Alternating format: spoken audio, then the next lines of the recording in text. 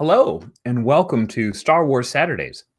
This is the Gauntlet 2018 edition of Star Wars Saturdays. For the entirety of 2018, entirety, like there have been a couple Saturdays where I was doing like other stuff, but not many, because I'm a gamer nerd. I have been running Star Wars Saturdays, which is every Saturday. It's a living campaign that's taking place during the original trilogy, or as some people might say, the only trilogy. I love them all in varying degrees. I do have my favorite brothers and sisters and my least favorite brothers and sisters who should probably only come around during reunions. And this is set during, has been Return of the Jedi to Empire Strikes Back. We're currently timeline in the beginning of Return of the Jedi. Each month with Star Wars Saturdays, I've run a different game system, and a different set of players have come and embodied amazing characters and told stories that have carried forward and affected. So we have kind of our own pocket canon. And people who think that we're just going to stare at Wikipedia, no, don't worry about that. I have provided a character keeper to these guys, and there's a tab with like Star Wars expletives, which could be very useful during this game, and pictures of the different species and some name suggestions to hopefully make things easier. We really shouldn't have to go outside of the movies as a canon, and then whatever you want to bring to Star Wars is what we'll try to work within. I mean, hell, in the Misspent Youth game that I ran, we decided that there was like a royal house in the Twi'lek homeworld of Ryloth. Like, really? That exists? Yes, it does. Our canon supersedes any expanded universe, because if Disney can say it doesn't officially exist, my God, so can we. We can pick the parts that we like, and that's the Star Wars we make. The only thing that is true, irrevocably true, is the movies. And just as a picture of how much I'm willing to twist canon, Dengar was killed in one of our games. Dengar, guys! I had to collect so many like little UPC codes and mail off to get Dengar, and I didn't plan it.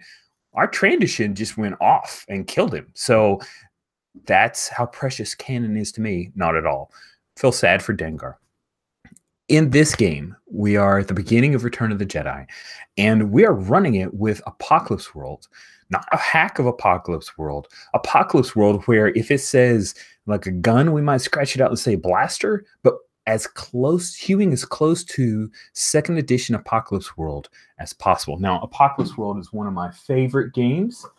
It is by Vincent and Miguel Baker. If you haven't bought it, like, why are you here? Because it's a great game. You should stop and go buy this game. But if you want to keep watching, that's totally cool with me. I have limited a few of the playbooks. The basic playbooks and the expanded or extended playbooks are the field that I've chosen from. And then I culled just a little bit. So stuff like the Angel, the Battle Babe, the Brainer, the Chopper, the Driver, the Gunlugger, the Heart Holder, the Hocus, the Savvy Head, the Skinner, and the Faceless. I did not allow the Skiller, even though it's official, it's here, and even Vincent put it out. So by gosh, the Skiller is a thing, but it's not going to be in our game. What we're going to do is create characters. Species don't get like benefits or detriments. They just have color, kind of like in the movies. And then walk down the line of creating our characters. We're going to play this as a one-shot. I'm very excited about what's going on. I don't have a whole lot pre-planned other than the backdrop of what has just happened is that Jabba the Hutt in his sail barge has crashed and burned, and everyone aboard in his power base, all of his sycophants, all of his Gamorrean guards are toast, and Boba Fett is currently in the bottom of a Sarlacc pit, and the rebels are taking off because they've saved Han Solo, and you guys are still on Tatooine. So, Steven, I'll let you kind of kick it off, because you had mentioned before we started that you had a few character ideas. So why don't you start the ball rolling with some of your ideas, and we'll start bouncing off of that. Okay? Oh, okay. So character ideas I had were a Savvy Head Jawa, an Angel that was a 2-1B droid, you know, the one from Empire Strikes Back who puts things, you know, who helps Luke out in the back to pit. And since the Brainer was allowed, I was thinking a Sith Jawa, right? That reads minds and manipulates people and pushes them. Wow. Yeah. That is awesome. Cool. Pat, did you have any playbooks that were calling to you? Yeah. Well, I was thinking Angel as well. But if Steven wants to go that route, that's totally okay with me. Okay. I'm also looking at a battle babe, Feline battle babe to be exact. Oh my god, that's a cool battle babe concept. So the Feline are really pretty and interesting and kind of scary. That's a really cool idea. I love that. Yeah, they're cold blooded, so I think that would be perfect for battle babe. Blooded. Awesome, Pat. I like it. Josh, are there any playbooks that interest you? I'm interested in the driver. Nice. I assume driver, maybe you've got like a land speeder kind of thing. Is that what you're thinking? Something like that. Yeah. Nice. I like it. Driver is an interesting character playbook. I think that it was improved overall from first edition to second edition to make it actually caring about other players a little bit. So that's exciting to see. Alan, what about you, sir? I'm thinking Hocus. Hocus. Okay. That's quite varied crew. I like it. Now, I will throw this out as a suggestion. It is only a suggestion, but one of the places in Tatooine that has occurred a few times in our previous Star Wars Saturdays. Don't worry, it's like they've broken all the stuff and no one stuck around because they broke stuff and ran off. Is Mos Shuta. Mos Shuta is a smaller wretched hive of scum and villainy that is pretty interesting. It has a Hutt that's in control that may be leaning towards the rebellion, but we're not entirely sure. So that could be a place that we could kind of form around if you guys are okay with that. Or we could just go with Mos Eisley if that's more interesting to people. Does anyone have a preference between the two places? Or with where you're at, you're going to need some kind of population center is what I'm thinking. And I'd rather go with something where we have either a map or kind of a personal touchstone towards. Yeah, stick with Mos Shuta. Okay, cool. I will share with you guys the city of Mos Shuta and a map in just a moment. But first, let me say, we are playing Apocalypse Worlds. Apocalypse World, I consider kind of an R-rated game. There are curse words in the book. And so as a safety tool that we'll be using the X card. I don't have your lived experience, right? And so I'm going to play with the best intentions. But if I start to step onto something that causes you some discomfort or makes you uncomfortable in any way, all you need to do is you can make an X, or you can type an X in the chat, or there's also an X card on our roll for your party. Any of those tools, I'll keep my eyes open for it, and we will stop play. And I'm not going to challenge you, but I will ask you, what is it that made you uncomfortable? We'll try to figure out what that is. I'm not going to stick you on a couch. I just want to know what is the subject matter so that we can avoid it. And then we, as 5 really smart individuals, will write around that thing. It will disappear and no longer be part of our play. Sure, as adults, we could probably play on through a lot of stuff, but why bother? We're here to have a good time. So if anything makes you uncomfortable, X card it. I'm not going to challenge that X card. Just find out what it is, and then we edit around that and move forward. Now, the last piece on X card that I think is pretty important is if a thing happens and you're like, it'll be okay. And then a little bit later it happens again and it does start to get to you. Just because you didn't X card it at the outset does not mean that you cannot. So at any point when something starts to bother you, like, yeah, that went a little far. Well, I'm going to X card at this point. That's fine. And we will fix things at that point. And by fix, we'll edit around that. Really smart people here. I know we can figure out a different way to do whatever it is that we want to accomplish in our story. Okay. Any questions about the X card? Everybody good and clear? Awesome. Good. So also on a tone discussion, this game is more Apocalypse World than it is Star Wars. If it were a Reese cup, it's a heavy amount of chocolate and a little bit of peanut butter, which means that there will be violence on screen. I consider this it's really up to who from the rating board is there, whether it's a PG-13 or an R, right? I'll be using Star Wars expletives. Feel free to use them if you wish. If you slip and use a real one, that's okay. My brain will substitute something for those words, and I'm sure everybody else will if they so desire. All right, cool. So let's go into the character keeper that we have, and you guys can make characters. So I've shared the Google Drive. Let me reshare that for you, Stephen, because I don't think that you got that link. But the Google Drive has the playbooks so that you can grab those pieces of information. I've got a drop down on row 3 where you can drop down and choose your playbook. Yeah, it looks like we have one extra. So I'll go ahead and hide the one on the far right. And there we go. So I'll give you guys... Oh, thank you. Yeah, actually, the expletive sets are really helpful. And if you look in the species name slang, starting on row 18, is that exact same link. We are on the same page, Pat. So I've actually copied those in there. Crinking, farkled, kark, kriffing, druck, dwang, shab, shavit. I love these words. They tickle me. Cool. So I'm going to be quiet and let you guys do a little bit of moving numbers around and stuff like that. But if you have questions, hit me up.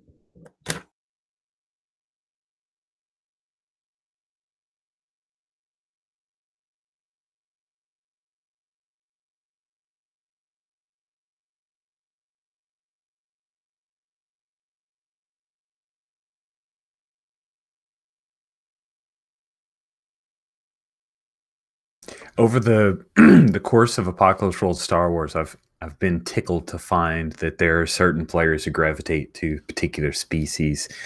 Blaze of Bear is our transition expert, and I think Stephen is now jockeying for the Jawa expert. When I played Star Wars D6 back in high school or back in college, this was West End Games Star Wars version. One of my friends, there's two Chris's. It was two Chris's and me, and Christopher Robin was running the game, and Chris Norwood was playing.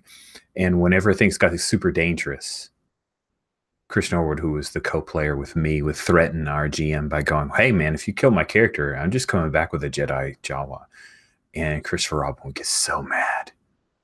He would be like, because this was pre-Wikipedia, because I'm an old fart, and he'd be like, there are no such thing as Jedi and Jawa. Jawa never lose Tatooine, so you can't play that character. And Nora's like, it's right here in the book. I could play a Jawa.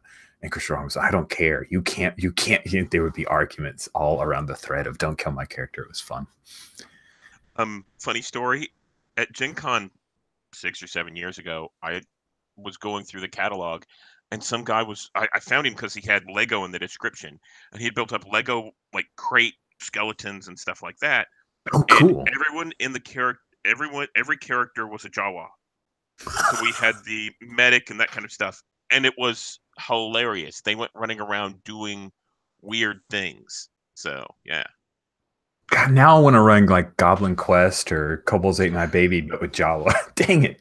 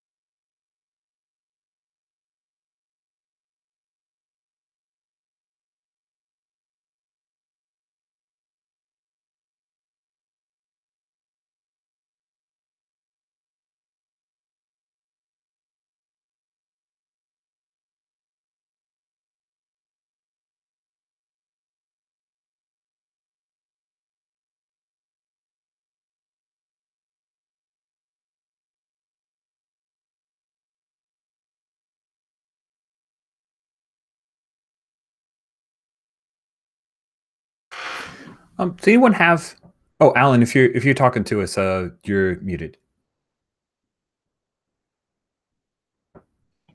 Rich, Yes. can I cut? I'm just trying to cut and paste from the PDF. Oh, yeah, that's always a across. bother. Will that I can work? help you. It'll work to a degree. What are you trying to cut and paste? I can. Well, I'm just happy the to- description, move description. Yeah, what I do with that here, let me screen share to show you how I do it. Because I don't know, I just think it's easier to see than say. Let me hold on. So you are playing a Hocus. Hocus. Cool. All right, so let me get to the Hocus and I'll show you how I do it normally. Sorry, I'm slow, so I apologize for that. H Hocus. All right, cool. So, all right. So wow, that's insane. We made it to a horrible hole. Yeah, Okay. like a dream. So for fortunes, what I do is I'll just highlight everything. This is my PDF player. I just copy everything out, and then I go to the move description. And I'll go within that particular cell and paste the info. Fine. Because if you paste it just on top, what happens is it kind of pastes on every cell name. But that seems to work pretty well for me. That's what it did to me. Yeah. Thanks. No problem. If I would get off my duff, I would go in and create it to where you could easily just select those. You should see Lowell's fancy schmancy changeling, the Lost PBTA sheet. You could just like select like your kit thing and your season, and then all of a sudden it drops down all the particular moves for you, already you could choose from. So cool. Like I said, mine's not as high tech as some of the others.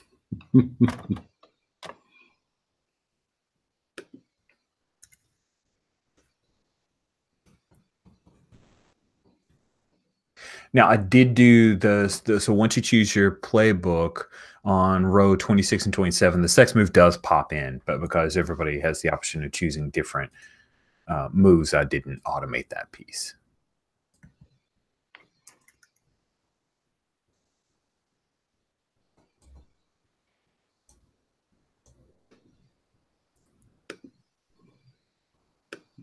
Things are coming along. If anybody has any questions, please let me know.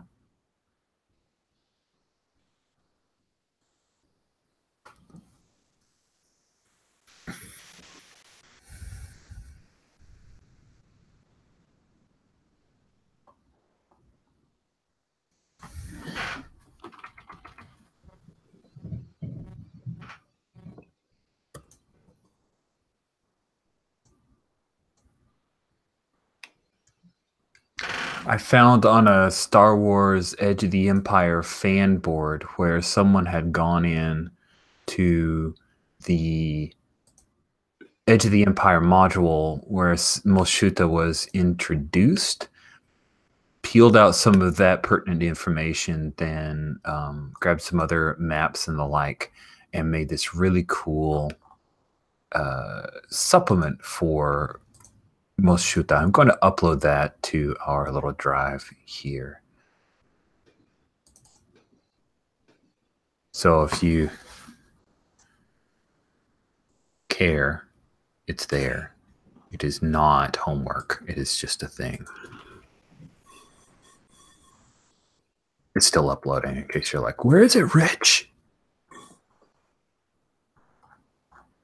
Some mighty fine work, some cool layout and all that good stuff.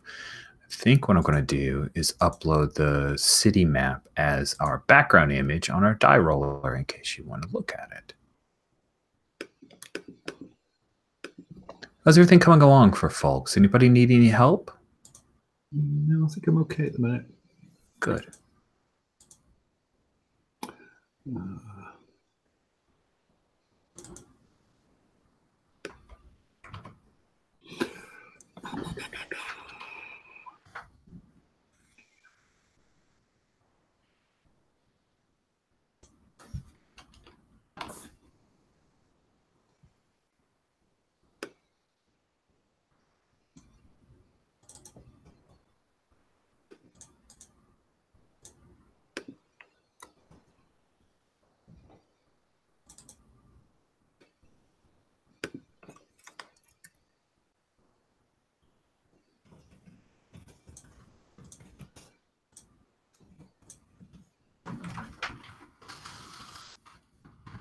And I love Roll for Your Party. I just want to say that's like one of my favorite online gaming tools. It is just so cool.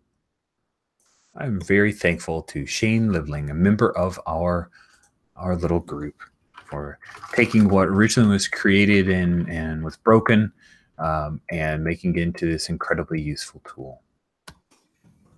Thanks, Shane. I'm having trouble getting this picture to pop up. I wonder if I have it, if it's too large.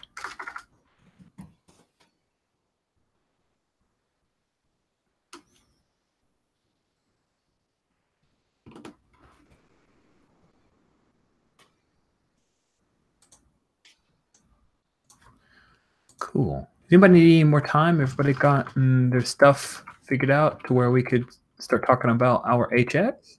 Introduce a little bit. Bet. Yeah, I could probably use a couple minutes and I should be done. Absolutely. No problem. I just hate being the person who's like the GM who's not moving people along.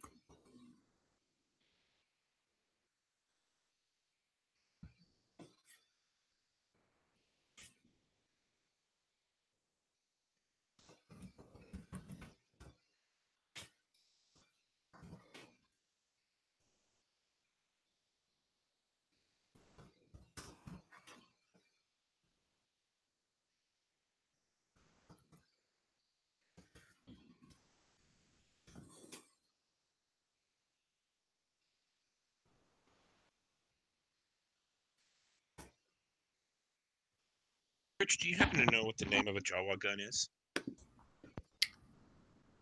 No. That's an interesting question. You know what resource I use all the time when I run this game, and I say that as I'm starting to bring it up, is there's a fan group for the original D6 that have created the Star Wars role-playing game Re-Up, which is the revised, expanded, and updated edition of D6 Star Wars. It is a 512-page tome.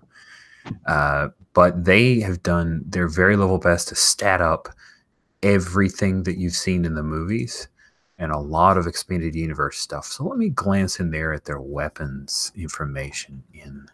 Oh, it's probably not worth your time. I'll just write down Jawa gun. No problem. It's such a long answer for a really good thing to do. That was really smart. I should have just said, just write down Jawa gun. I think it was an ion blaster, if I remember correctly. Ooh, that sounds right. You're so smart.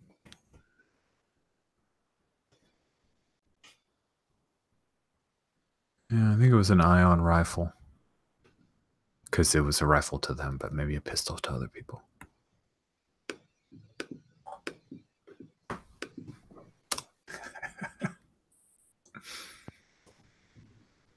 Oh, the picture. Pat, that picture of your feline is awesome. So the feline have green skin, and they usually have top knots. This is how they wear their hair. Very exotic, very cool looking. And our biggest picture, of course, is the Jawa.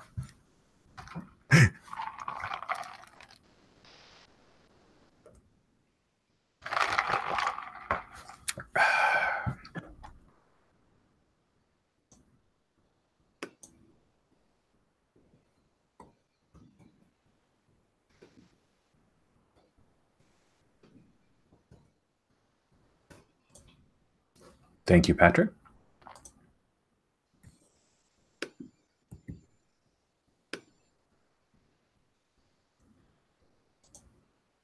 All right. Thank you, Stephen.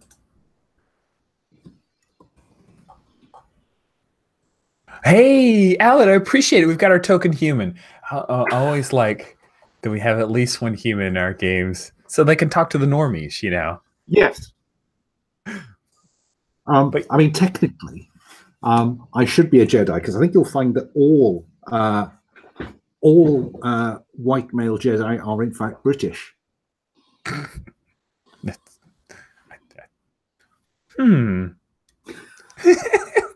It's awesome.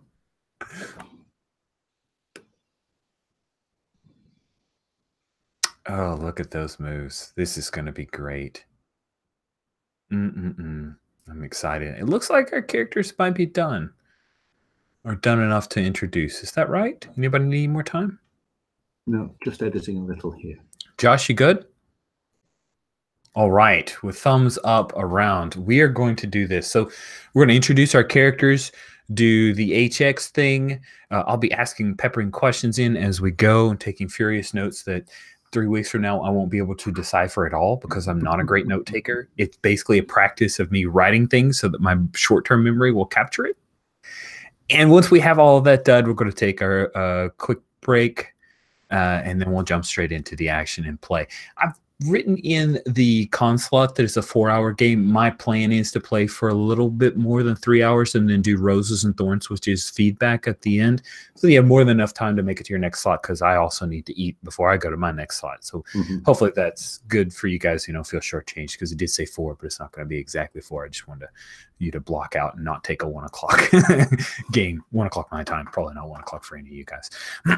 Cool. So let's start with Stephen. Please introduce and tell us a little bit about your character. I'm playing Rotha Ba'im. They are a brainer, concealed robes, glowing eyes, hidden face, and manipulates people a lot with or without help from some dark thing out there.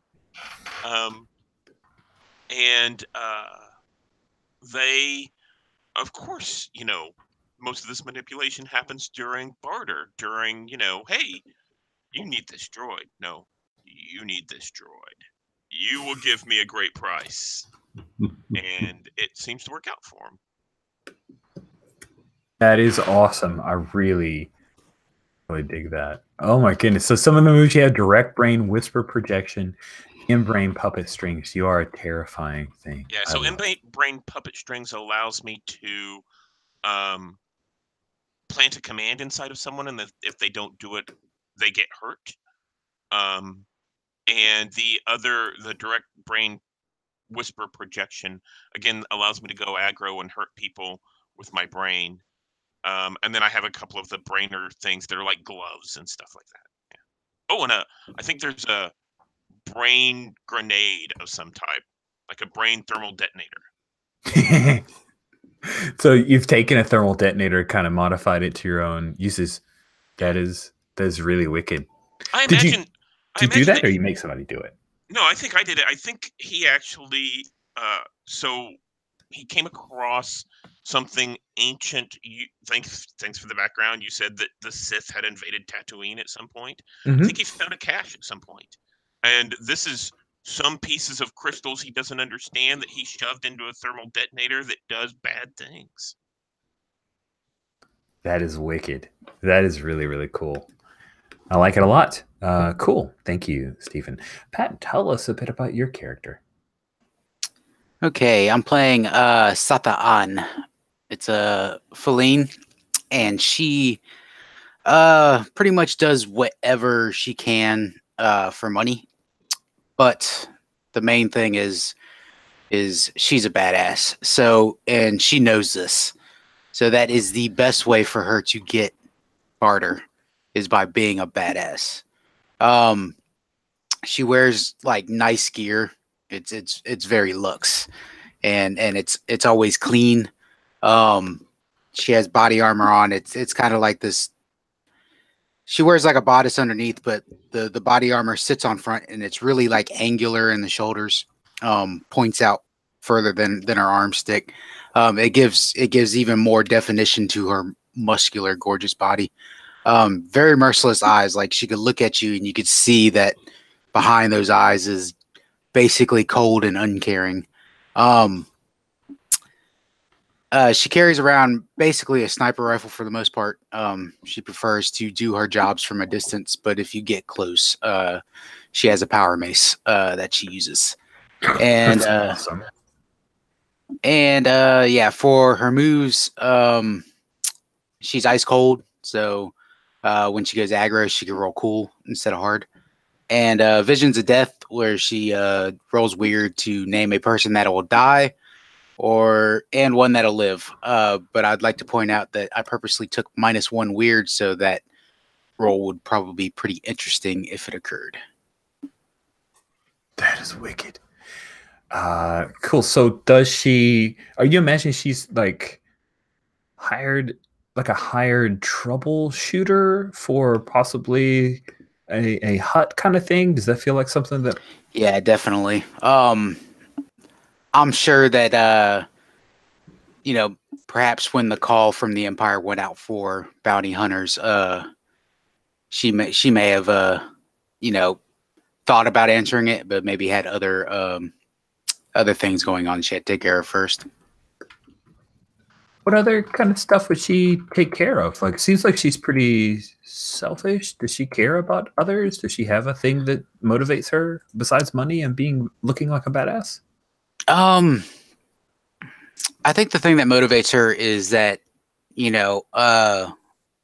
like that she's actually out on her own. I think the Falleen tend to try to keep themselves for the most part, to keep their species, in one area, that they shouldn't branch out. And I think she just kind of shuns that. It's very independent. Nice. So like her main motivation is staying true to herself and a little bit of freedom. I like that. Yeah. Cool. Thank you very much, Pat. Josh, what about your driver? All right, so my driver is Var Vanto. He is a Botham, a little bit older. Bothams are typically fairly short, so like 4'9" is about as tall as they get. So he might be a little shorter than average, like 4'6" or something. Since we are on a desert world and he's covered in fur, he typically dresses very light, kind of wraps, utilitarian, doesn't wear anything too heavy, just to try and keep cool. Like I said, he's a bit older, so, he's got a worn face. He's seen some things. He doesn't like to talk about his past too much, but he possibly may have been one of the Botham spies for the rebels at one point. He's a little stocky. But he's always, partially because of his past, he's always, paying attention to his surroundings and knows the best way to get out of any situation. So he's got the move, eye on the door. So I'm always, I know my escape route and can get out of there. Excuse me. And I also took Daredevil. So if I run straight into danger without hedging my bets, it +1 armor, or if I'm leading a convoy, the whole convoy or gang gets +1 armor as well. He's a good driver, and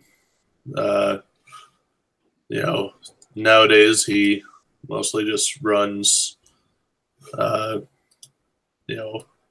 is the getaway driver or whatever. So he's got a speeder bike, specifically a Jobin T85. I'll put a picture in there eventually. Awesome. I'm just working on the stats for it. It's kind of old junker that he kind of fixed up.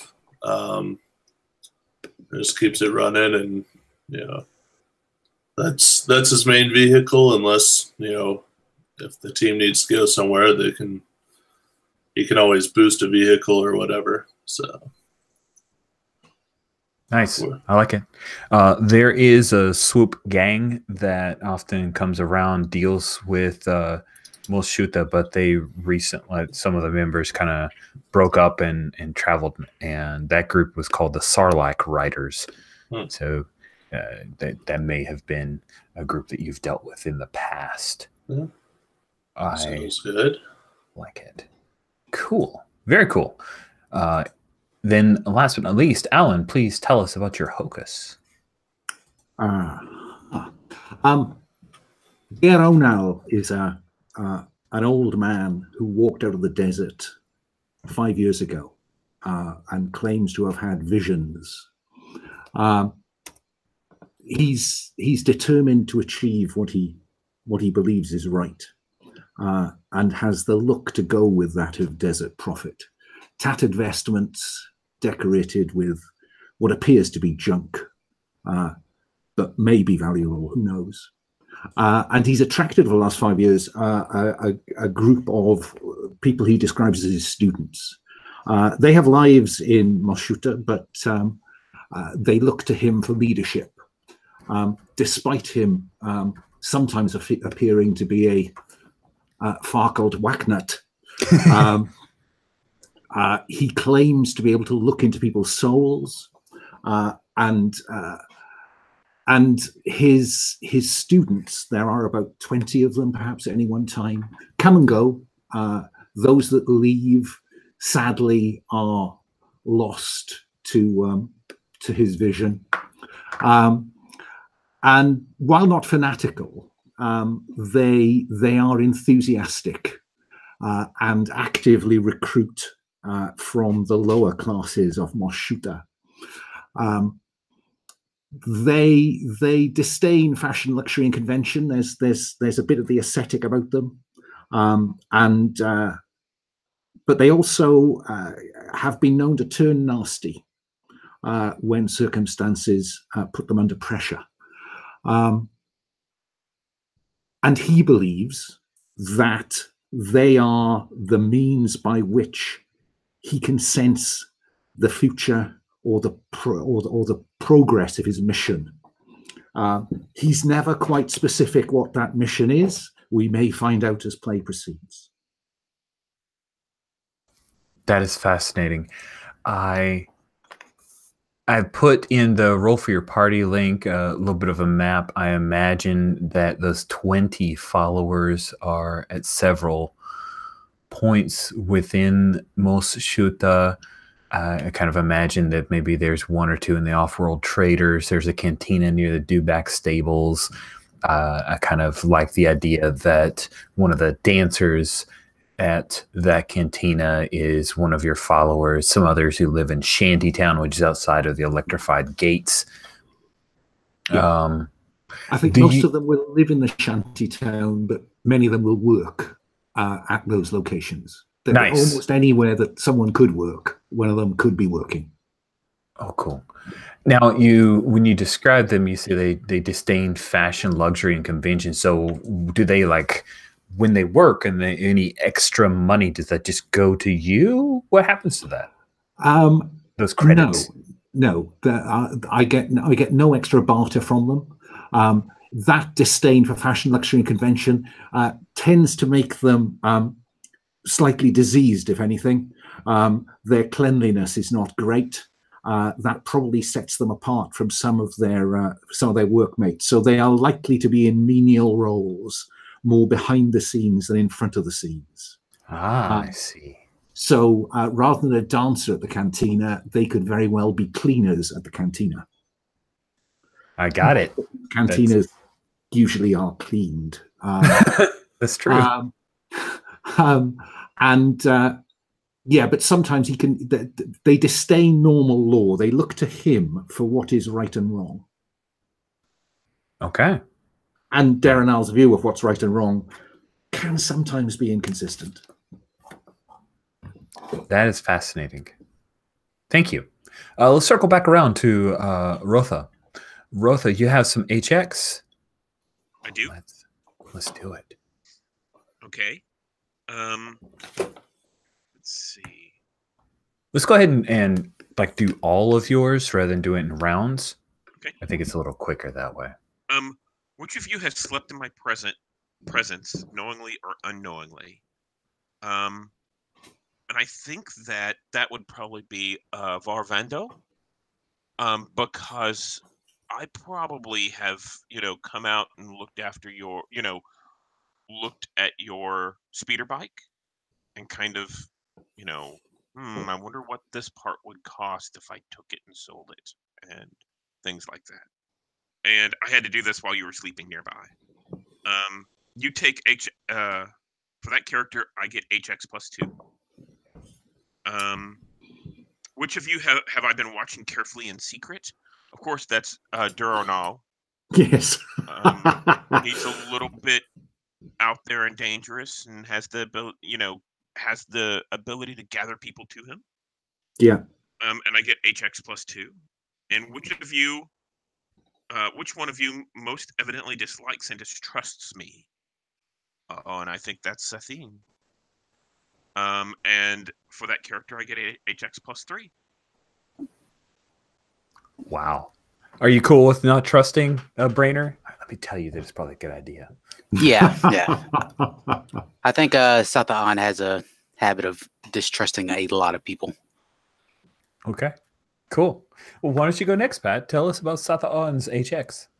Okay, Sataan's HX is actually pretty simple, so I'll just go around. Duronal, can I trust you?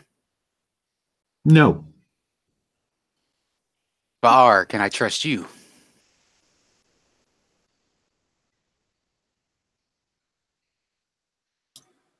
Yes.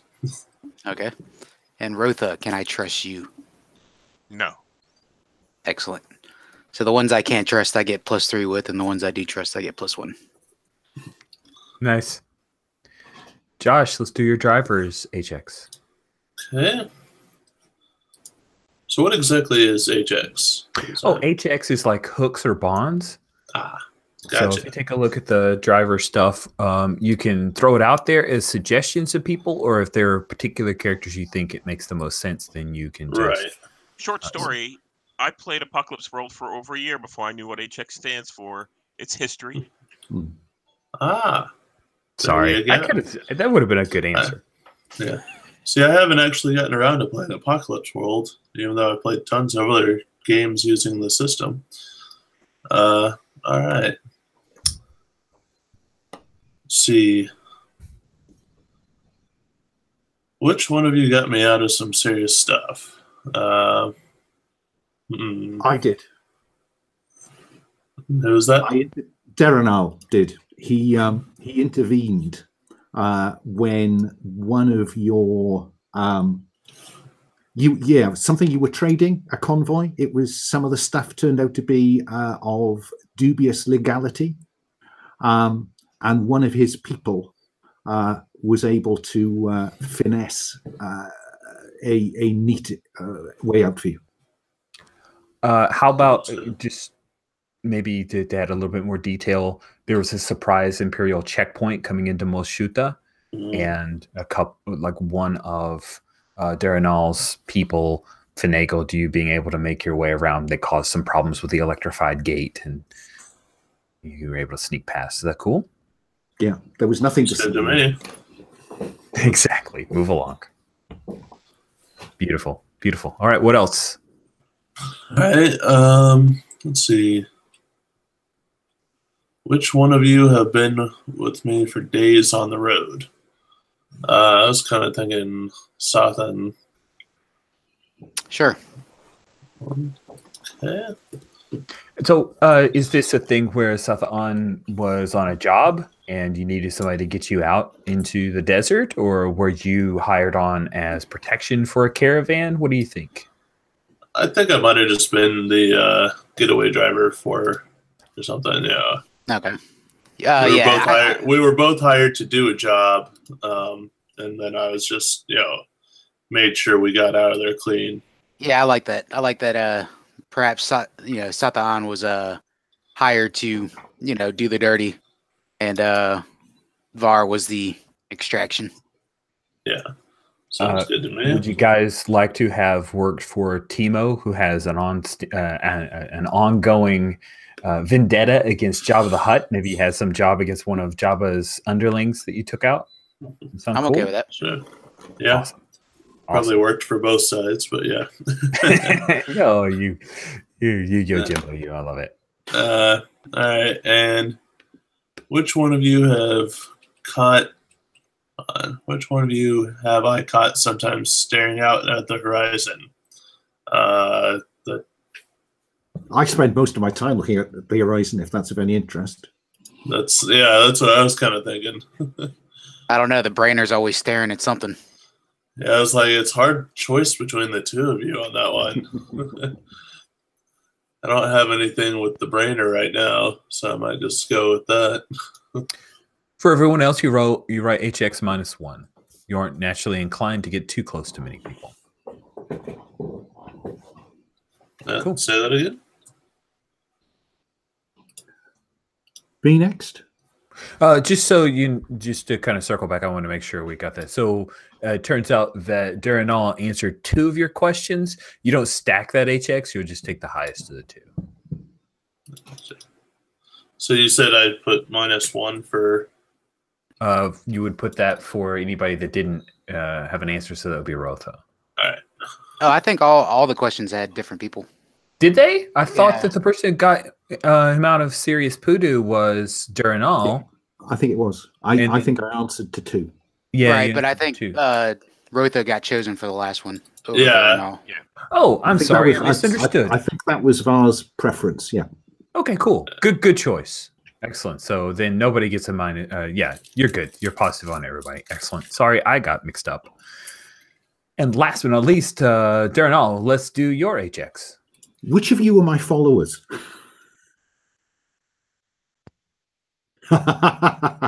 Surely a taker. Okay, Wow. no, I'll go with that. The Fellaine who wants to be independent and the driver, but maybe. So I think Rotha attended some of your ceremonies to listen to see what was going on. Yes. Okay. And I fit in with your unclean robe, Yeah, that's fine. Okay, so I get HX2 with Rotha. Into which of your souls have I looked?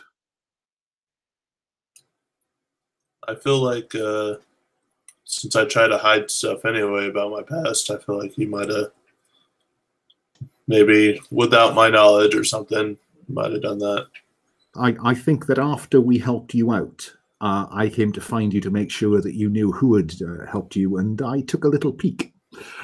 So I have HX3 with you, with VAR. And because, as I read, I'm a good and quick judge of others, Sathan, I have HX1 with you. And that's me done. Well, then that is our HX. And I think all of our characters have a bit of history and a bit of identification. Let me direct you guys to the map real quick. I'll even screen share just because I love doing that. And double check here. So for what we have here, the shantytown is where Durinal often can be found. I'm assuming that somewhere around off-world traders is probably where you should be able to find Vonda. The junk shop, is that okay for our brainer? Oh, actually, so I think that Rotha is stationed at the Jawa traders next to the Dubak stables. Oh, that makes so much more sense. This is sort of like the corporate office. I think that each of the different mosques have different Jawa traders, but moving off of a sandcrawler is a big step up. And because of Rotha's ability to sell things, he's got his eyes set on being the person in charge of this Jawa trader. Oh, nice. And I assume it's only Jawa that work there, so there's probably a Jawa who is the head of the trading group, and she doesn't want want you to take over. So That's right. that's a good. And then, last but not least, do you imagine? Oh, sorry, I'm going to write down the names so I can memorize them. But Sathan, are you in the barracks for Tiba's palace, surrounded by a bunch of Gamorreans and thugs, or do you maybe over here on the north side where there are actual flats and apartments that are kind of nice, or are you near the cantina where it's not a shanty town, but it's a real close walk to the cantina? Actually, I think I hang around Timo's and the bounty office. Okay, cool. Yeah, that makes sense. Awesome. Now I have some kind of place ideas for you guys. Let's stop sharing so I can hand gesture and I'm not doing it into the air. I have place of, we have HX, we have some ideas of establishing relationships. I'm really excited. We are at 54 past the hour. Let's take a 6-minute break. And then at the top of the hour, we'll re-meet and we'll jump straight into some fun. See you guys in 6 minutes.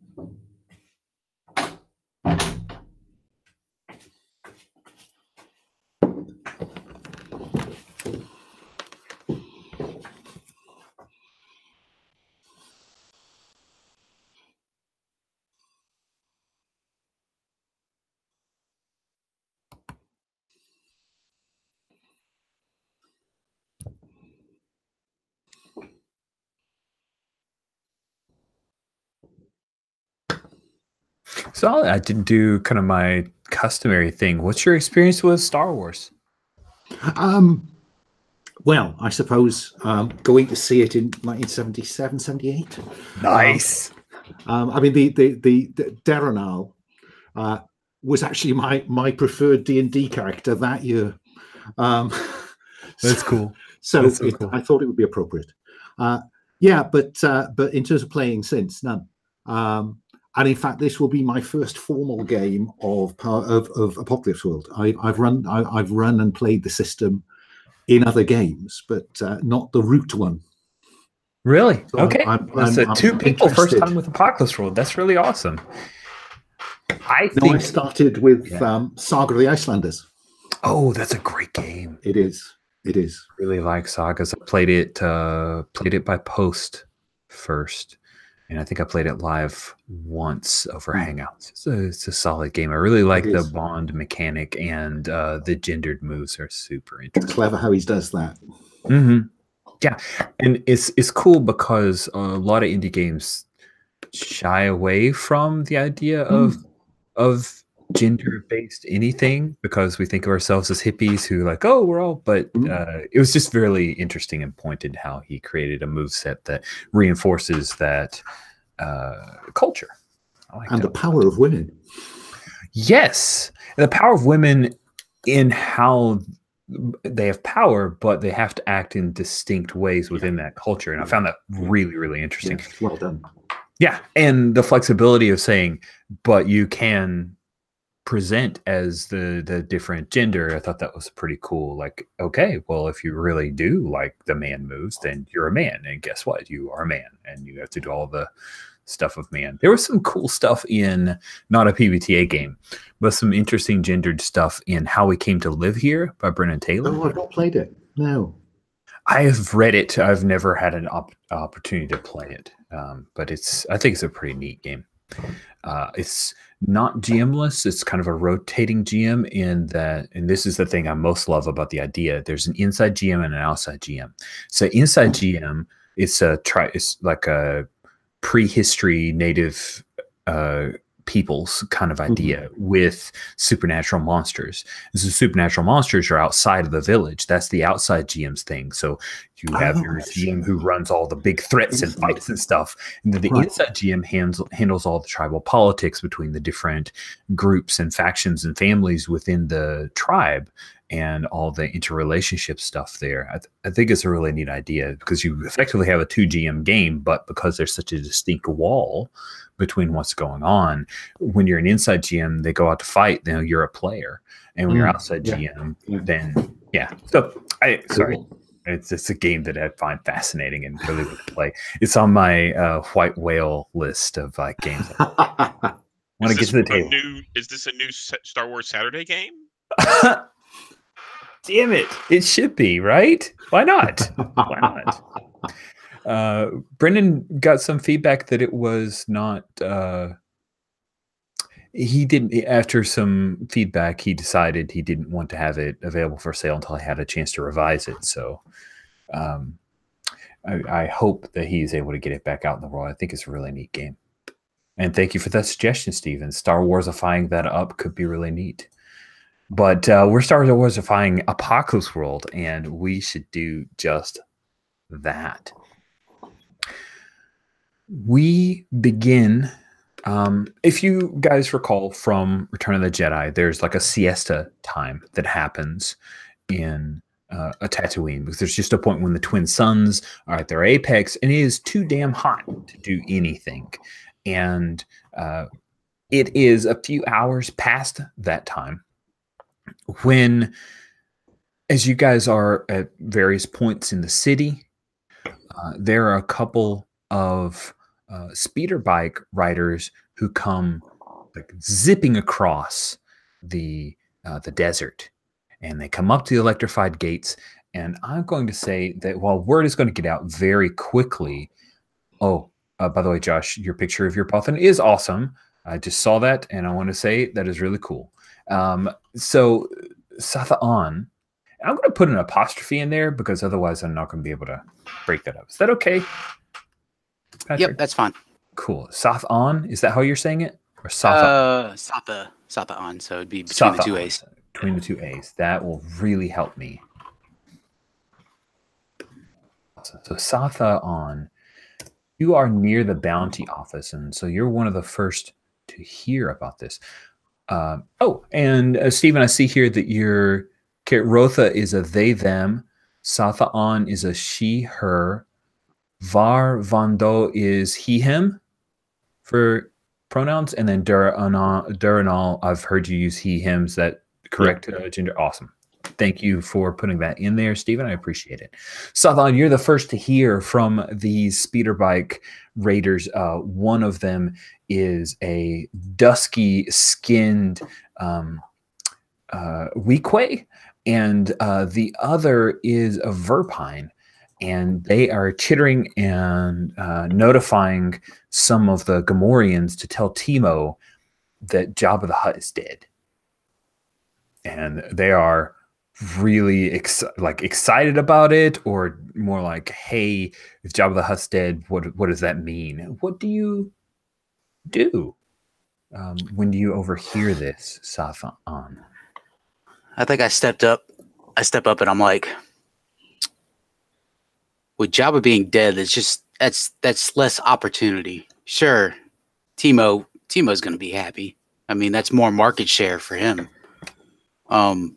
But that's less opportunity. That's less chances for us to make cred from other sources.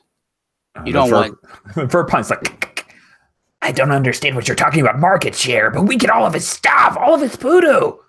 We're gathering up a group and everything. All of Jabba's palace has got to be open for the taking. Well, I mean, from what I heard, it's all over the dunes. It's all over the sands. It's already out. No, we just came as fast as we could. How could it already be around? Well, didn't you hear? I mean, I heard that it was totally destroyed. And the Weequay says, I told you, radios, they're faster than speeder bikes. Idiot. Slaps in the back of his Verpine head. The Verpine are like an insectoid, a bipedal insectoid species. They're very rarely seen on a place like Tatooine because it's too dry for them. They start their skin will mottle and they have troubles, but this one applies unguents and ointments so he can stick around. He says, well, I'm telling Timo, there will be a reward. And he dashes off. And the Weequay's like, free stuff. I mean, do you want to go out there and scavenge? Yes, but I have to tell Timo, and then he takes off at a jog. We cut to the Jawa traders, where over the wireless you hear the reports that Jabba the Hutt sail barge has been destroyed, and there's I imagine there's a complex area for the Jawa where the sandcrawlers have particular territories, and if you go into somebody else's territory to scavenge, that there's some arguments that will happen. There are 4 sandcrawlers that are heading for that sail barge. And the other Jawa are like taking bets on which one will win. Oh, no. It will be the Black Flea clan. They will come. They have an ion cannon. They will take down the other sandcrawlers and take all of the scrap. I had this image of the side of the sandcrawler opening up and there's this big cannon inside. Yes. I'm kind of imagining, if you guys remember the turret that was ground based on Hoth, that actually shot up into space. That's the damn thing that they have, just like Jerry rigged into the sandcrawler. The one panel coming up and it go whoop, popping.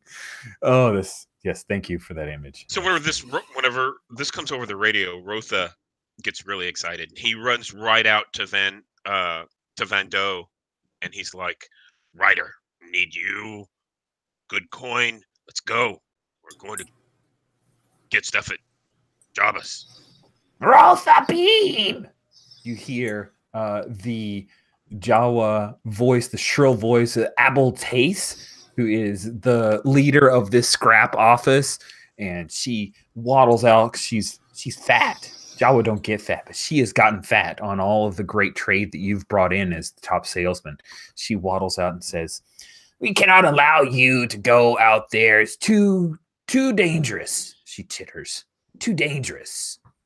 You For see sand crawlers." Rotha's lit eyes narrow. Says, "You... No, I'm going. This is too good." "It's not a negotiation. Not a negotiation.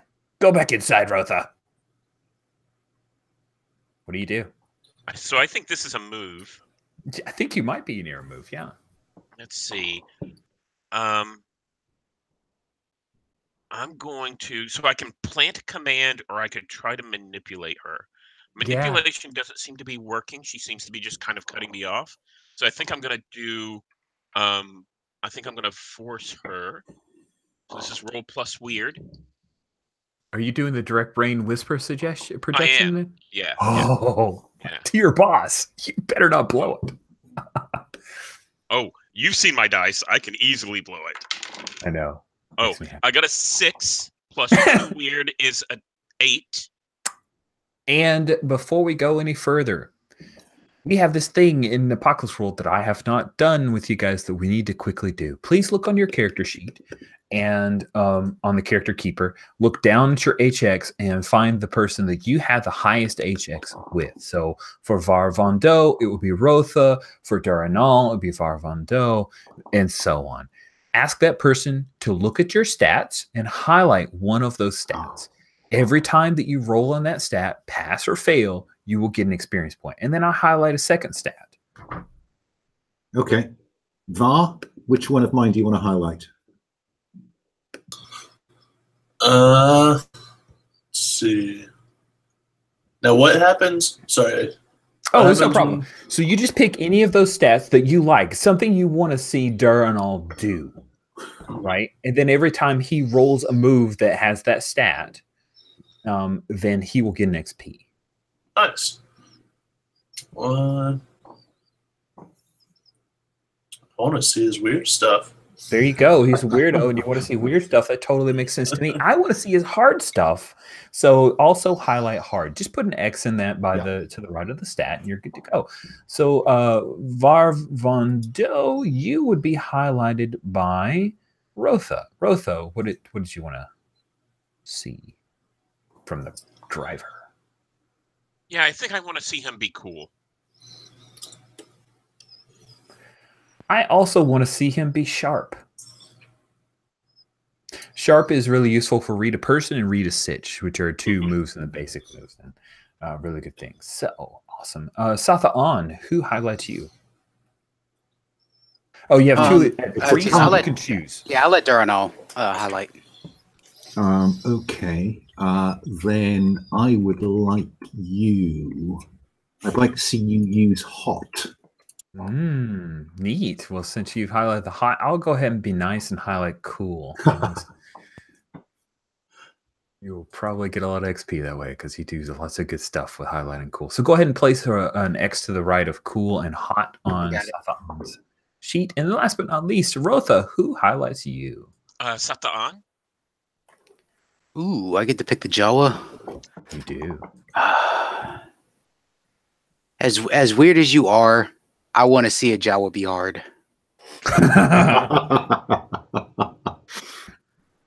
All right. I do want to see the weird, so I will also highlight weird, which means because that happens at the top of the game, that move that you just made gives you an XP. So go ahead and mark that XP.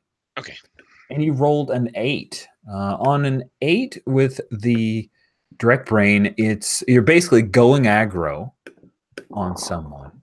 On a 7 to 9, she can either force your hand and suck it up, cave and do what you want, or with this, that's any of them. That's on hit. On a 7 to 9, she could also get the hell out of your way, barricade herself securely in, give you something think you want, or back off calmly, armed hands where you can see them. So there's a stare down, and Abel Tace, her little glowing eyes narrow as well as she looks at you, says, Get us good scrap. Get us good scrap. You better come back, because you're my best salesman. Yeah. Best salesman. Rich, I'm just sorry, skimming back. Darren Al has a start of session. Oh, well, cool. When we come to you, we will start off with that move. Thank you for saying that. Awesome, and we'll swing to you in just a few moments. So it looks like you may have hired a driver to get you out of here.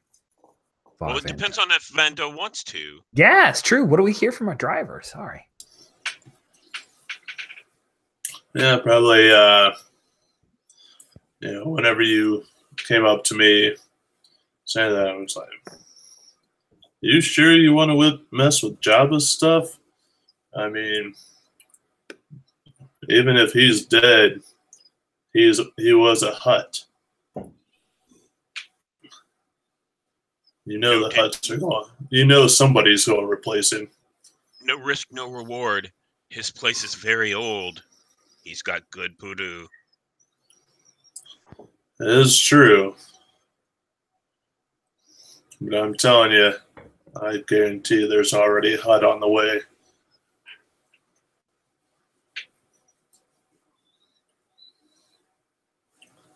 But yeah, no, I'll go with you. But are you hiring him? You offering a credit? Because I know the brainer's pretty well loaded for barter. I offer him a cut of what we get whenever we get there. Yeah, I'll definitely accept a cut. Yeah, I think it's like 2080. Works for me. There's no discussion on who gets the 20. You just take that. He's more of, he'd rather have the 20 and get out of there without getting killed than worry about, fighting over that right now. That's right. The driver negotiation happens whenever the shit goes down and you need an exit. Exactly. I like it. That is great. So the two of you have this conversation. I'm imagining it's at the cantina. Is that okay? Yeah. So Trask's cantina. Look at my picture. He's already got a drink in his hand. Right. He's very drinky. So that happens at the cantina, which is run by a Deveronian named Trask. And we see one of the little human cleaners like wiping down a table and eavesdropping. Then they run off. They run out a back entranceway or a back exit out and through an alley, and then they end up taking this like little rappel line, like a zip line, all the way down to Shantytown, and then they're moving through Shantytown's like a bunch of tents and heavy smell of incense and awful, unfortunately, because Shantytown. And you can hear there's some music playing, and then it comes in to your tent, and we get a move from our Hocus, which is fortunes, right? So let's go ahead and roll fortunes to see how things are going for you. And you're rolling plus fortune, which isn't a stat. Yeah, I have fortune +1 right as part of my. I mean, it's not one of the stats we can highlight. No, yeah, right, fine. So 2d6 +1 makes it 12. Now, Rich, it says that if I get 10, then I'm in surplus. Mm-hmm. Now I have surpluses of barter plus growth plus augury plus violence. How do you feel about this having been augury, and I already know it's happened because I quite like to be there when they arrive. Cool. So yeah, the news comes down and I'm gone. You see, you saw, like, you in the augury, by tapping into your followers, you saw this woman in a golden bikini choking Jabba. You saw someone kicking the blaster, the mounted blaster, and firing onto the sail barge and jumping off to a skiff and taking off. You see the Sarlacc pit and you hear it belch as Boba Fett flies into it. All of that, you see that. You saw it ahead of time. So this guy comes running into you, but you're not even there. And he starts He starts looking around. Did you take any of your followers with you? Is this the one guy who's left behind? I think no, because they have their own lives. So shall we say that I took a handful of those that are closest to me? Cool. So he runs over and he grabs one of the more diseased one that really diseased one.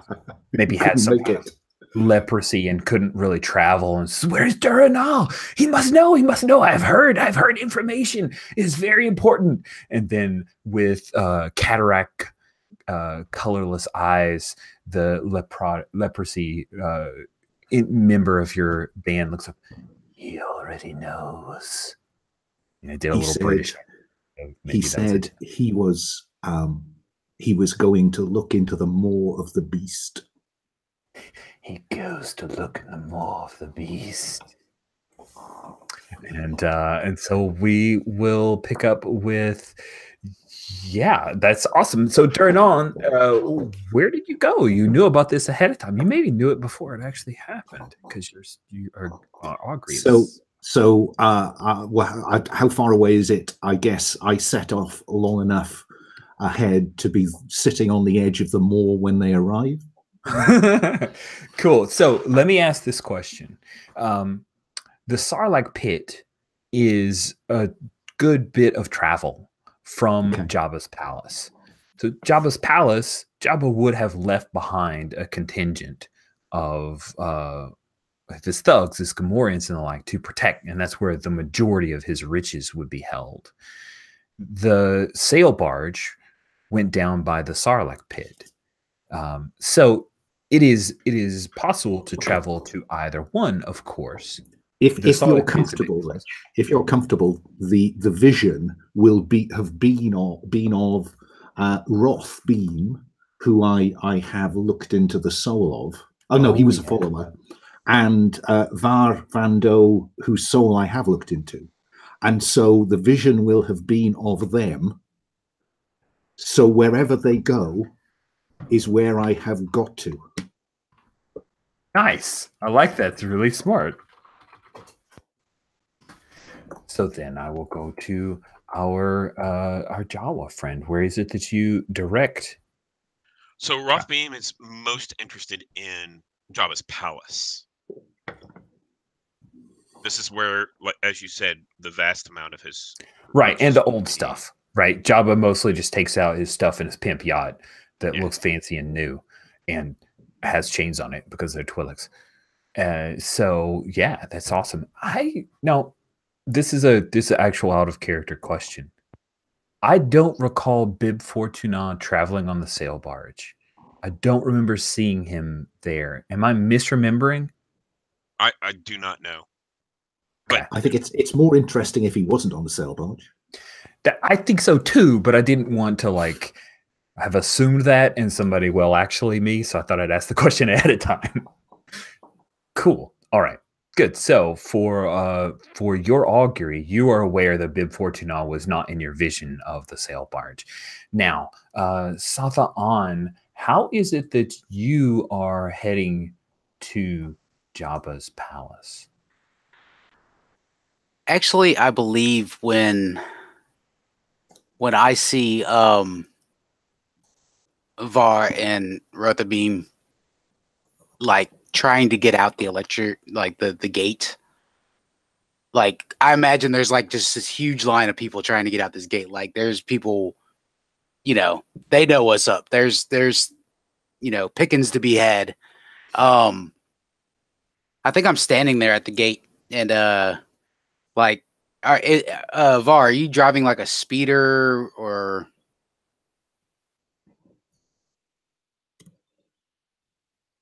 Josh?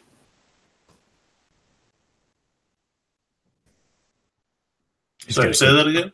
Yeah, are you driving a speeder? What are you driving? I mean, I've got my bike, but I'm sure I can procure a speeder or something that I can pull with my bike to carry stuff. You're the driver. If you want to start with your speeder bike, that's cool. If you want to have a land speeder, that's totally cool with me too. So I think Rota says we'll need something bigger than a speeder to bring back all the loot. yeah, so I mean, I'll see what I can do about procuring a bigger vehicle. Let's see. I mean, do you want me to?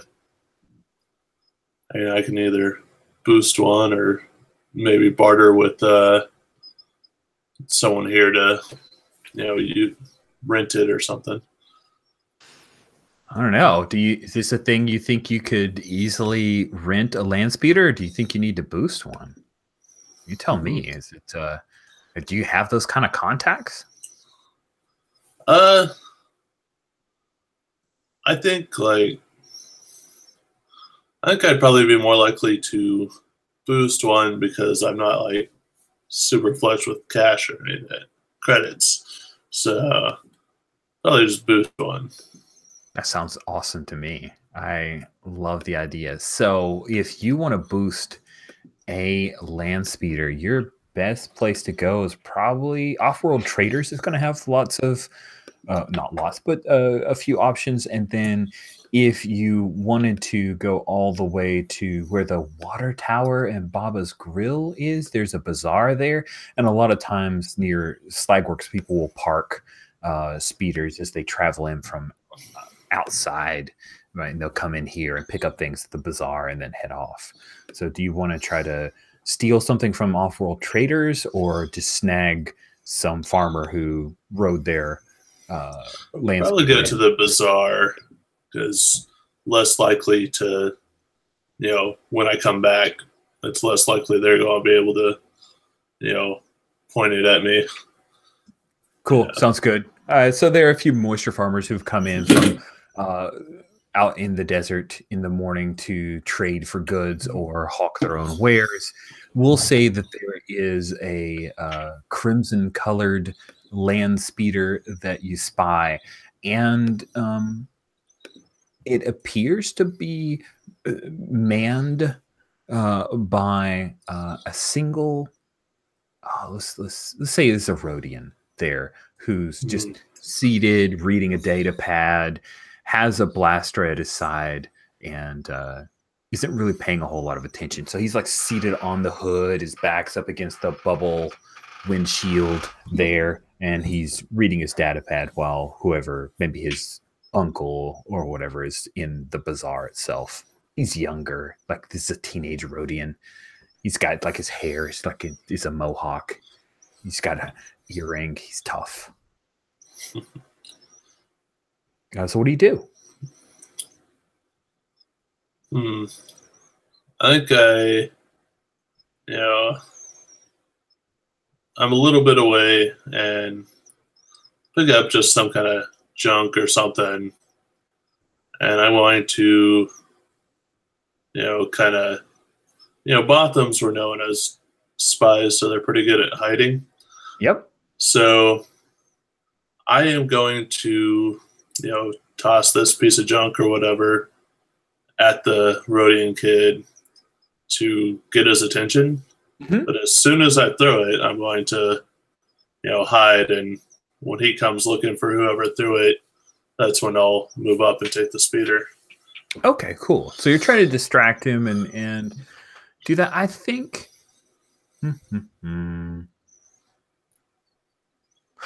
I think what we're going to do is have you do something under fire. Okay. Right? So go ahead, and when you do something under fire, roll plus cool. All right. Don't forget that's highlighted for you, so you will get an XP, pass or fail. Awesome. I have no idea which ones are mine, but I've got at least a 12. Yep, I see that. So on a 10 plus, you do it. And if you wanted to, you could have asked for help, but you don't need it. So go ahead and mark the XP for the move. You toss a piece of junk, and the Rhodian looks down an alleyway, and evidently he thinks that you've done so expertly. So he hops off of the hood, and he ambles down the alleyway to check out what it is. He's got his hand on his blaster with his little proboscis mouth. He's one of the green-skinned Rhodians. He says, "Gouda, Gouda." And he's looking in there, peering down the alleyway, and you've got your opportunity. And you want to grab that speeder. Yep. Going for it. Cool. Sure. So you hop in, and I don't know if you drug Satha and Rotha along, or if you just told them to wait here. But I told them to wait. I'll come pick them up. Nice. Cool. So you guys start heading towards Jabba's palace. Now, the travel across the desert, we have the cool long wide shot of the tiny little crimson color land speeder moving along. And you can see in the distance that there are sand crawlers on the horizon that are all coming towards an area where there's plumes of smoke coming up as they're over the Sarlacc pit. They're going to scuttle and scavenge off of Jabba's sail barge. But you guys are headed for the big prize. And you head towards Jabba's palace. Now, I'm curious, Duranal, how did you get there ahead of them? Like, what did you travel on? A dewback? What were you on? Oh, you're muted. I'm sorry, Alan, you're muted right now. I can't hear you. Sorry. If it was if I have the time, I'll have walked. But if this is hundreds of miles, then I will have used one of my followers to get there by other means. Oh, sweet. It depends entirely how long ago the augury arrived. I think it would be cool if you. I have a nice vision of him walking out of the desert, but if you think that's unreasonable. That is so spooky that I want it to happen, even if it doesn't make logical sense. Somehow, you're just there. There is a scene in Lawrence of Arabia when Omar Sharif just appears out of the distance and gradually resolved out of the heat haze. I think that'd be cool. I think that's cool, too. So you come through the heat haze. You've got a handful of your followers with you. Are they armed? No, we are pretty much weaponless, apart from found weapons. So this is, maybe clubs, staves, and stones. Nice. Found weapons. We have no weapons. Cool. I think there's one of your number who might have, if you guys remember the rods, the cool looking rods that the sand people have. Maybe he used that like a walking stick, or maybe he gave that to you so you can look even cooler. But yeah, that works for me. Awesome. And we'll say that's an Iktochi. Iktochi are the ones who have the horns that come down, kind of sweep down around over their shoulders and around their mouths. And that Iktochi is pretty scarred up. He's seen some stuff. He's had a rough life. He's made bad life choices. But now he's in the cult, so everything's good. It was all worth it to get him here.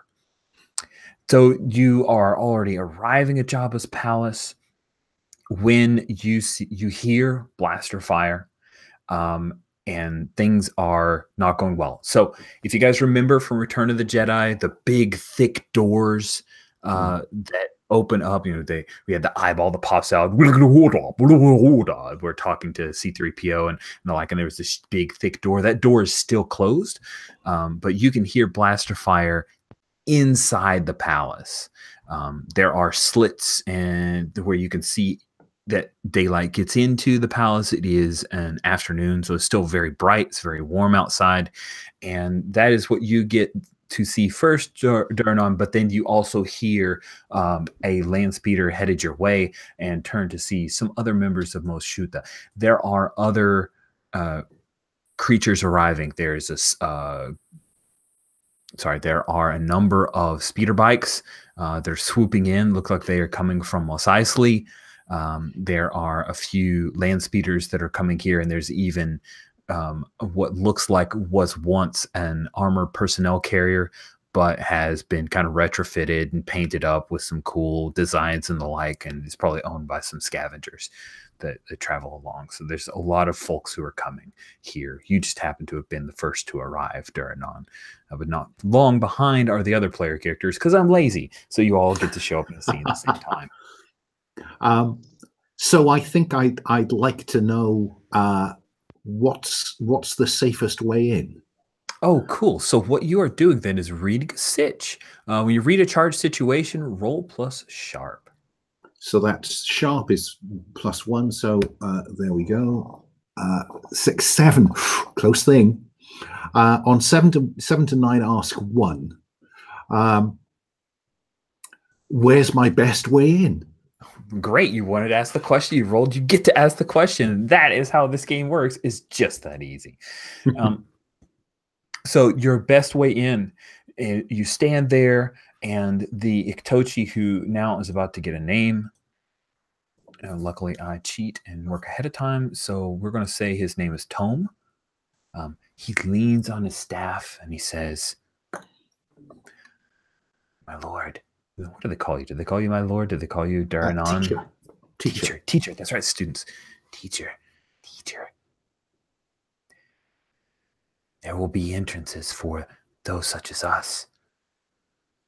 These blaster-toting fools will not look there. It is beneath their notice. Well, as my vision showed me Var Rando and Rothbeam arriving, I will have positioned myself to be in the route of the speeder, and I will flag them down. Nice. It's cool. So you guys have been busting hump from most shoot that you've traveled for almost an hour to get here at top speed. And what is... I don't know. Well, I was going to say, what's the kind of music? Is this, what's the music that plays as this land speeder is speeding along, Vaughn? Is this like rock music kind of stuff, or orchestral? What are you imagining is the style of music? Lawrence of Arabia had a very marked effect on me when I was 7. So I can't but hear the soaring theme of Lawrence of Arabia. Da da da da da da da da da da da dum dum dum dum dum. And it's so and the land speeder resolves, and from their perspective, there's this figure who appears to be a wavering dark line that gradually resolved as they come closer, just standing there with his palm out. As and we I'm get closer, banking on Farvando not running me down, given our past experience. yeah, that's what I was about to say. As we get closer, I tell Var, I was like, Var, just run him over.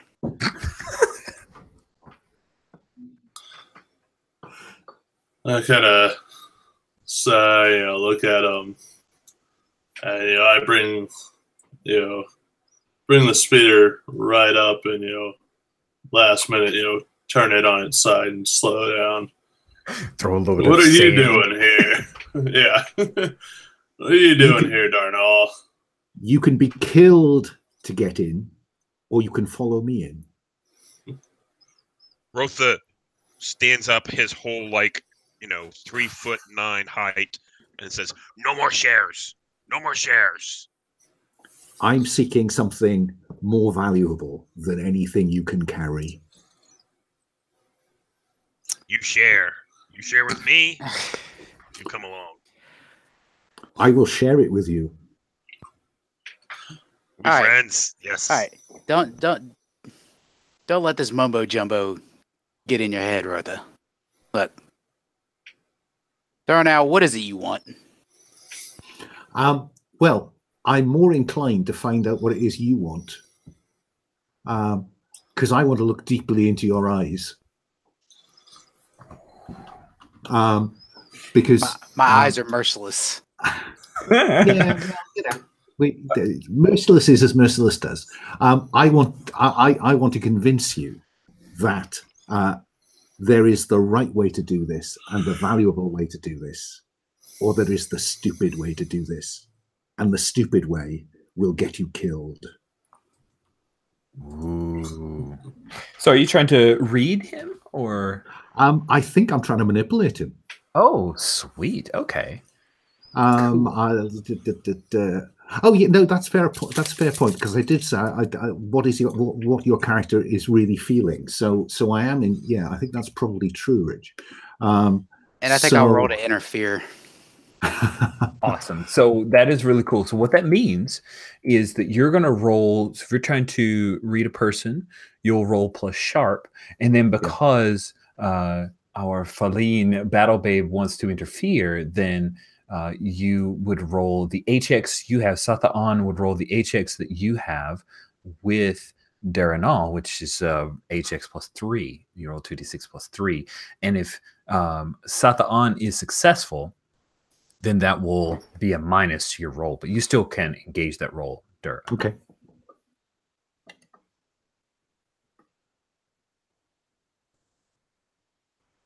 So is Sathan going to roll 2d6 plus HX, whatever it is? Mm-hmm. Right. Yeah. Yeah. And my roll for your party is not updating very quickly, so you may want to call out your roll once completed. Did you roll, Alan? Sorry, no, I think you're rolling plus the HX you have with me to interfere. Right. But you roll the then- move first, because if you fail it, it really doesn't matter what my roll Okay, is. fair enough. And if you like ace it, there's really nothing I could do either, even though I'm Fine. still like interfering with you. Okay. So you do it, you do it. I think you should roll regardless. Mm-hmm. Yeah, because it may go horribly wrong. Yeah. Well, okay, then. So 2d6 plus 1 is 7. So I hold 1.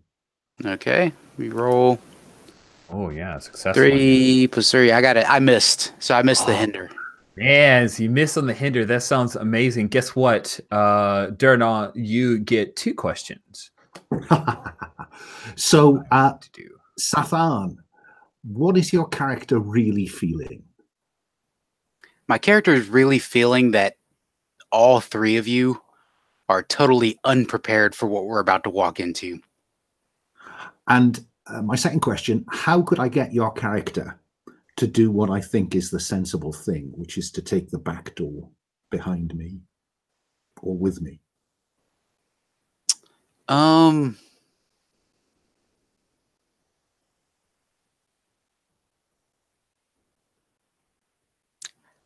I think if you show Satha'an that you are ready to do what needs to be done in there, as far as violence is concerned, she'll follow you to the back. Okay. Tone, give me that staff. And I whack Tome in the face. Yes. Yeah, Satha'an's like, fair enough, let's go. All right. Tome probably says, thank you, teacher. Yeah, I kind of imagine that's what exactly happens there. He rubs his broken nose a little bit as you guys walk on. So, Duranon, are you leading them to a servant's entrance then? Yes.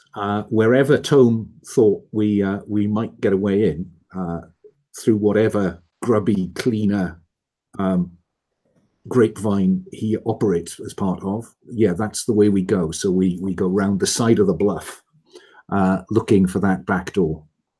Awesome. So you've already rolled to get that. That is definitely the best way in. I answer truthfully. That's one of my jobs as an MC. If you check the roll for your party, I know not everyone, like some of you are rolling physical dice, and that's totally cool. But if you check the roll for your party, you will see the image that I have found of Jabba's palace. I think it's cool. It's one of those cutaway ones. Makes me really excited to have. And what I imagine is that you guys are traveling along the side, and there is a side entrance. Actually, if you look at the central dome area, there's a shaded area, kind of like the mushroom. There's an area actually looks like it might be a door and entryway. And that is the door that you will find. Again, as the 4 of you are approaching, you really can't bring your land speeder up this close. It's just too uneven for the land speeder to get purchased. So you guys have to hop out and walk. And as you are headed that way, I think that it would be important for one of you to lead the way, and you guys need to act under fire. Now, you're acting under Duranon's direction, so you get a +1. You need to act under fire, otherwise you're going to be spotted going to this secret entrance, and other people will be following you, and that could be problematic. So who wants to lead the way on trying to sneak you through? I think that Satha'an would probably want to take point on this, even though she did follow Duranon. into here. Okay. We'll go ahead and roll plus cool. You are probably the best choice for this. Let's be honest. Okay. So you got a +1 and then 3, cool +3. So you got a +4 to this roll. I think you're going to. Yeah, I'm good. I got 15. Holy crap. So, tell me, Satha'an, when a Gamorrean hops up and tries to interfere with you guys and discover you, how is it that you take care of that problem so that you guys, all 4 of you, can get inside Jabba's palace? I think, because Gamorreans are kind of big and clumsy. Like, as soon as the Gamorrean steps around the corner and sees us, that power mace is out before the blink of an eye, and it is cracking down on that Gamorrean, before it could even get a sound out, and falls limp on the floor, and perhaps drag the limp body, somewhere kind of out of sight. Nice. I love it. Again, you hear blaster fire inside, and you guys enter this side entrance. There is, if you can take a look from the cross section, the side entrance leads. There are a series of doors. This evidently is a place where people can exit secretly from the slave quarters. And you hear there are people behind these doors, probably folks who were left behind by Jabba and have been left behind for any staff here during the resulting events after Jabba's untimely demise. Duranon, you see eyes as people move up to the slits in the doors, and they're looking out, and your students are curious. What is it that you wish to do, teacher? Release them. Rotha holds up his hand and says, in due time, just one moment. And he'll go over and he'll work on the door. And what I want to do is I want to rig this door up so it's under remote so that we can release them whenever we hit a button. Interesting. Okay. Cool. I think that's good. I don't want to put a roll to that. I think you just do that. You're a Jawa. That's a thing you're good at. And the reason for this is I'm doing exactly what Duronal described. This way is more safe. Internally, this is a distraction we will use later. Yeah. Var is totally with you on that one. That it will be a good distraction when we're making our escape. Yes, awesome. Darnell will happily accept that as a reasonable fee. Nice. Yeah, and you hear their voices. Please now. We've been left behind. We're starving. Please let us out. And I imagine that your brainer is just doing his thing. They're looking to you, Duranon, because you're the one who said let them out. You will be released. You will release my students. Okay, cool. I want to see you manipulate them. See if they trusted you that they will not be left behind. Otherwise, they're going to raise a ruckus, right? Which is going to blow things for you. Okay. So that is plus hot. It is. Yeah. Well, thanks for that, Rich. So that's 2D minus 1. Yeah. Does anybody want to help? Duranon? I will help after we see if he needs it. Yeah. So rolled a 10, so it becomes 9. Okay. So NPCs, they go along with you, but they need some concrete assurance or evidence. I will have some of my followers post a small amount of the rations that we have brought through these little slots. I think Hutt might put you over, maybe to a full success. Oh, really? Fair enough. Yeah. No, if somebody wants to. So I think Rotha, the way that they help is by loudly saying, freedom later, death now, either way, And this is basically helping you manipulate them by saying they could die now just to keep the noise down. Oh, but I rolled a 5. So, yeah, you're still right. Yeah. Oh man, that's gorgeous. So yeah, they cower from you, and they cower from you, Rotha, and you hear a chittering of a Jawa that is there on the other side of this door, one of your people. How is it that you know this particular Jawa? This Jawa was one of the people that I stepped on my way up, and this is how they ended up in Jabba's prison. So his name is Tibangex. Tibangex chitters, says, "Do not trust him. Do not. Do not. They are evil. Evil. Dark side. Rotha is dark side. Do not trust." But then your people start like passing food through, and other than the one Jawa, they're like, "Oh well, food. We trust Durin on. He is a teacher." And they Tochi with his broken nose is like, "Here, take this bread. Take this bread.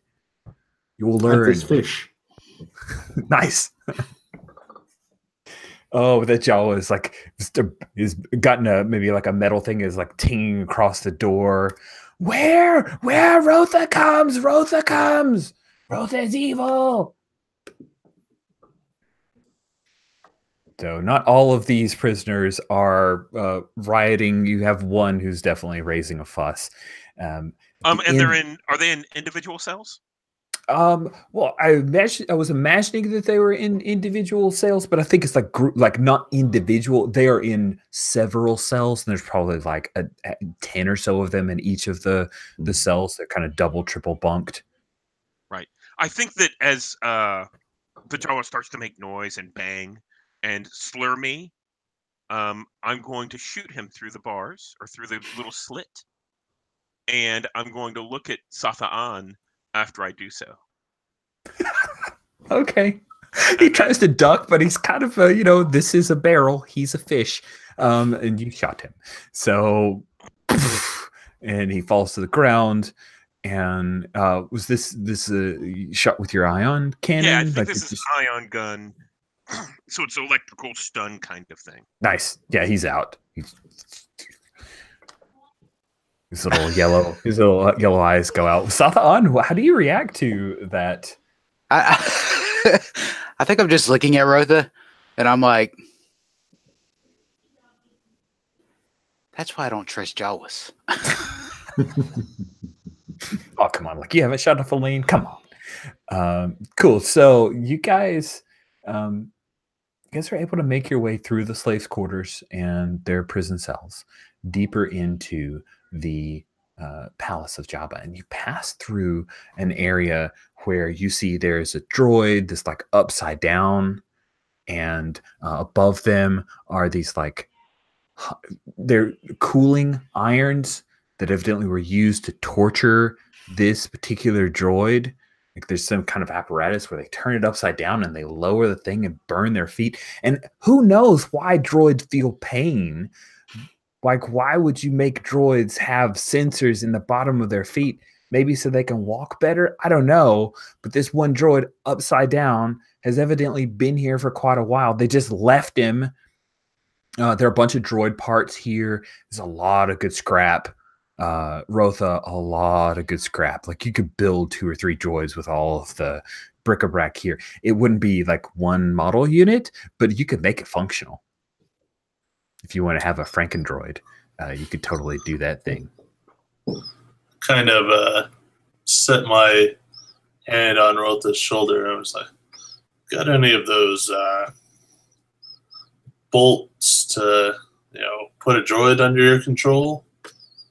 I think we keep like a whole pocket full of those. Like a handful. Yeah.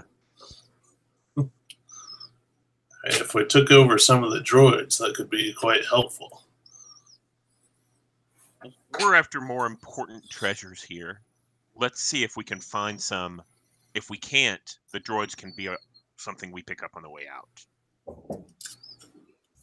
Oh, gentle beings, please release me. Please. Thought that was a trash can. It's the one droid that's like suspended upside down. Its little legs move slowly back and forth as if it were It's just tired. like a square trash can. It is basically a square trash can droid. Yes. I like the idea that as we walk through, we just punch a button on the wall and it drops to the ground. Nice. I love it. Like this, boom, whoosh, and it somehow will stand up. Maybe it has little arms that push it. Thank you. Cool. So you guys head past the droid torture chamber, and it's just like the most bizarre moment of all of Star Wars for me. The original trilogy, I was like, why are you torturing a droid? How do you it's fine. We've just made it our canon, and it makes me happy. Cool. So you guys head in and you come through the kitchen area. And in the kitchen area, you see that there is a fight that has already taken place here. There are several dead bodies, a few Gamorreans, there are a couple of Twi'leks, and on the outside of the kitchen area, so the kitchen, there are these large ovens, and you know that they would have chimneys that kind of go outside, and it's very warm here, more warm than the rest of the palace, which is shaded. This is an area that's they have kind of cordoned off, so it's always as hot as outside or worse. And that is a great, Jabba installing touch sensors like I've never felt before. I'm being tortured. That's pretty ingenious and evil.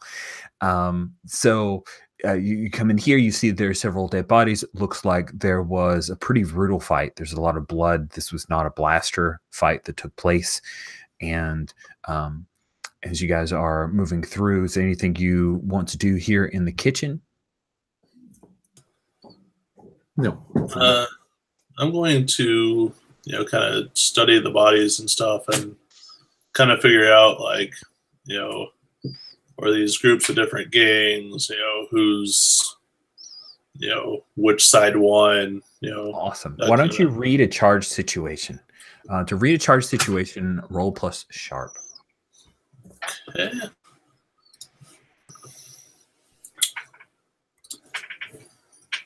And don't forget that will get you an XP.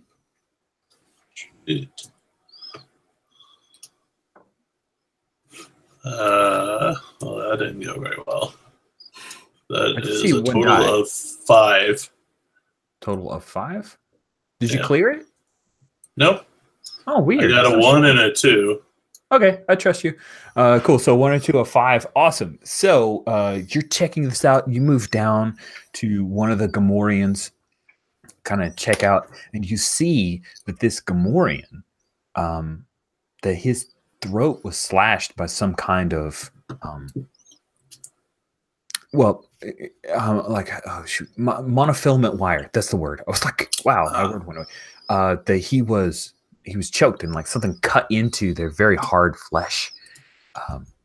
And as you're checking that out, the 4 of you guys hear and feel in the floor a very deep-throated roar of some large creature. And then you hear a scream of terror. What do you do? It does say even on a miss, I still get 1. Yeah, go ahead and ask your question.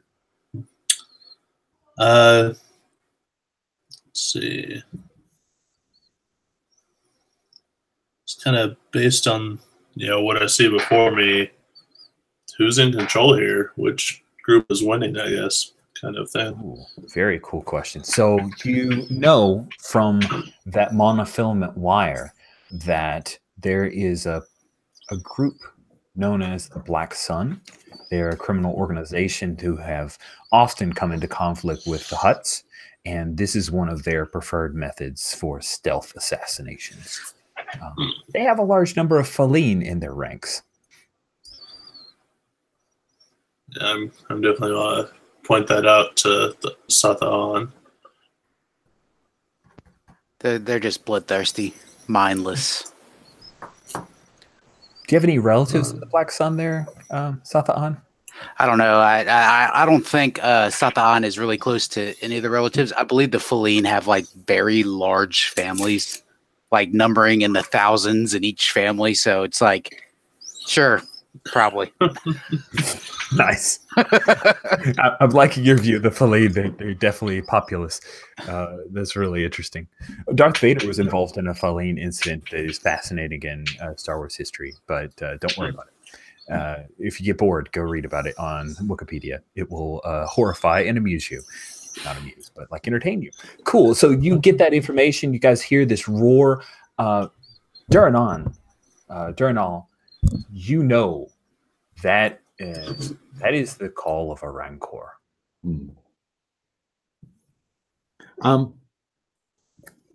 Could a Rancor move down the corridors we have been or are moving through? A full-size adult Rancor could not. But a small, hungry one might. A small, hungry one might be able to wiggle their way through. They would not move very quickly. But in certain larger areas, it is possible. Okay. Well, the key question then is whether... I'm sorry. Has Durinal been to Jabba's palace? No. Okay. I don't think he has. Has Rotha... I think he may have seen it. Okay. Has Rotha been to Jabba's palace? I think Rotha has expressed an interest in Jabba's palace, has talked to people who've been here enough to know it used to be a monastery, and he thinks there might be old religious things like what he had found before here. So that's primarily what he's here for.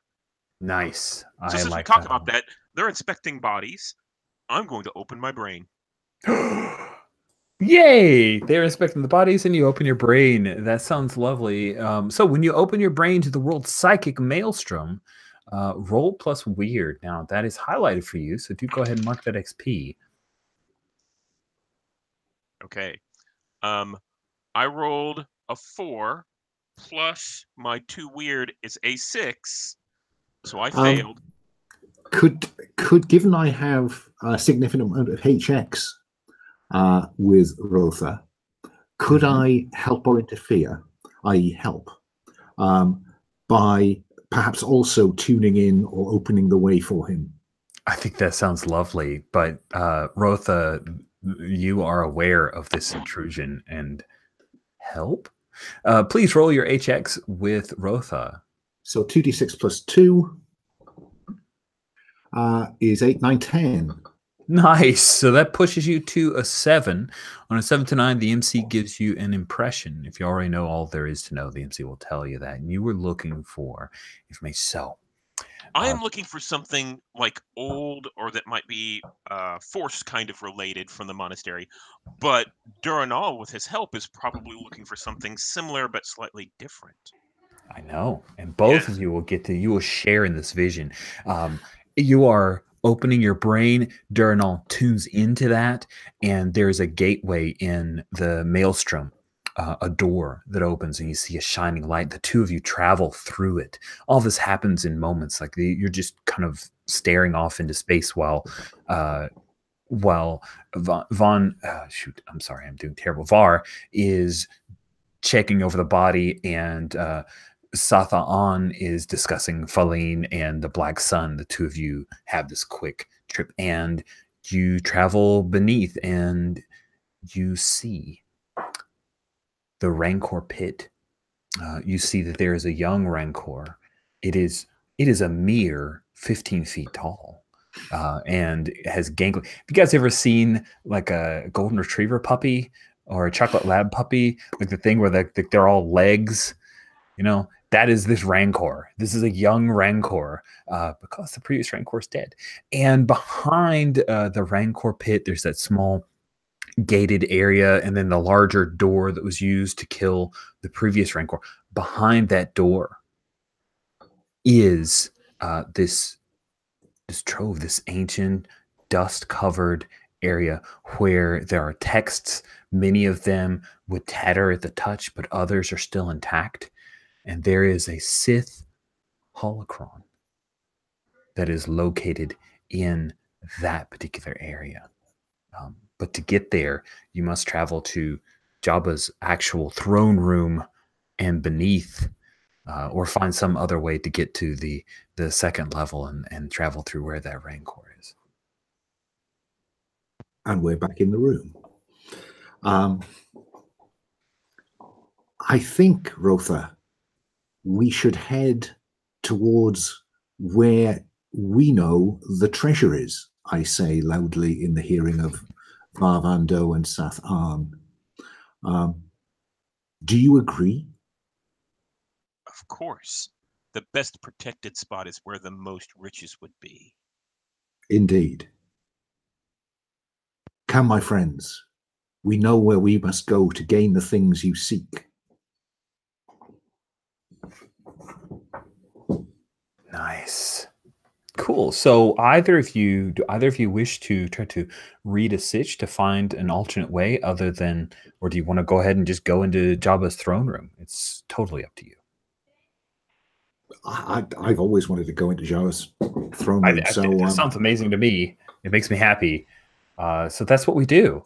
Cool. Let me share with you guys a pretty cool picture of throne room. And I will screen share the sucker for those who aren't able to go to it. So Jabba's throne room. I super love this. This was actually created for Star Wars Battlefront, and I thought, yeah, that looks good enough for me. So as you guys come in here, Jabba's his little palanquin, his floating palanquin, isn't here because he took it with him out on the sail barge. So you have this large open circular area. There's the area where people who come, supplicants come forward, which of course can drop out, and you can head down and to visit the Rancor there. You know, that's the setup. I want to ask Sathaan, were you here when the green Twi'lek girl was sacrificed to the Rancor? No, but I've been here before when people have been sacrificed to the Rancor. Nice. And I think it's one of the driving reasons I went to work for Timo was just Jabba's bloodlust was just too much. You know, even for somebody as merciless as me, it was just too much. Nice. I love it. So the four of you make your way into Jabba's throne room. And as you do, you see that there are a few others here. There's a female Gamorrean. She has a cybernetic right arm, but otherwise looks pretty tough. And she has a large repeating blaster in her hands. And there are a number of others who are with her. There is a large Wookiee. And there's also an old battle droid that has like, you know, the part where C-3PO has the red arm, or it's the red leg, I think. This battle droid is made from several different battle droids over past. Like, he has reconditioned himself and replaced his pieces quite a bit. And these are three members of a speeder bike gang known as Jabba's Chosen. And you guys come in through a servants area, and the female Gamorrean, her name is Olyag. She sees you guys and says, Sathaan! Good. Come here. Up to guard.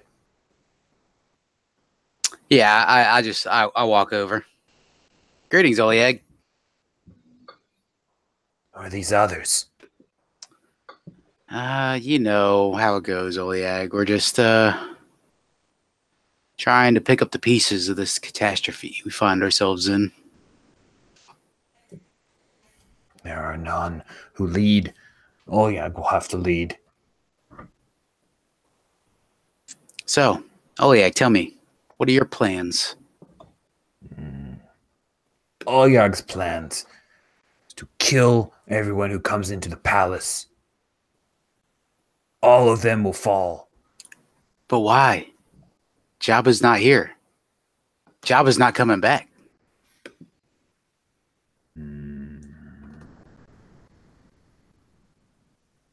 The others. I will be the new Jabba, she says. She's still processing this. Sathan can't help What? but like start laughing at that. Yeah, I laugh at that too. In fact, I'm just like, there's a Hutt on the way already. I mean, come on. Teemo's weak. Stupid boffin. She points at you with her one hand. Weak. Teemo may be weak, at least compared to Jabba. But tell me, how close were you? How close were you from getting tossed in that pit? Oh yeah, Never. And the Wookiee looks over and shakes his head like, "No, I think we were in trouble before." But he doesn't verbalize it. But he does that Wookiee. So yeah, I'll be like, yeah, I'll tell you what. Why don't you come with us? We'll put in a good word with Teemo for you. That sounds like a manipulation. Let's see if you can pull this off. All right. Josh, were you wanting to do something with Vard? I don't know. It looked like you. No, not necessarily. I definitely, I'll back you up on this if you need it. 5, and my hot is what? Or 2, so that's a 7. Guess you don't need the backup. Sweet. So on a 7, she's gonna need something. Credits. Show Teemo will pay. Oyaga the Chosen. Very good pay. Lots of credits. Sure. How much? She will list out a number of credits in the thousands that effectively is 3 barter. She wants 3 barter. 1 barter for each of her remaining members. Fine. But your service starts right now. We're cleaning this place out. She nods. Yakark, the Wookiee, is like, oh, yeah, you're actually going to pay? Like, oh, wow. Okay, this is good. And the battle droid comes over to you, Rotha. Jawa. I need a PQ-38 modulator. Do you have one? Certainly.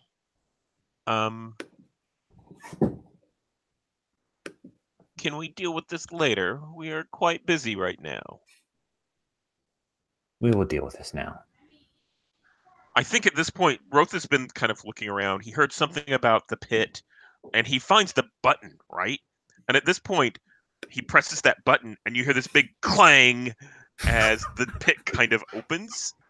Oh, Isn't that nice, smooth thing whenever the hover thing's in place? It's this just big clang. It goes, okay. nice. So are you saying you opened up the grate to where if somebody were standing over it, the Rancor pit's now opening up? Yeah. Oh, wow. Yakark backs way the hell away from that.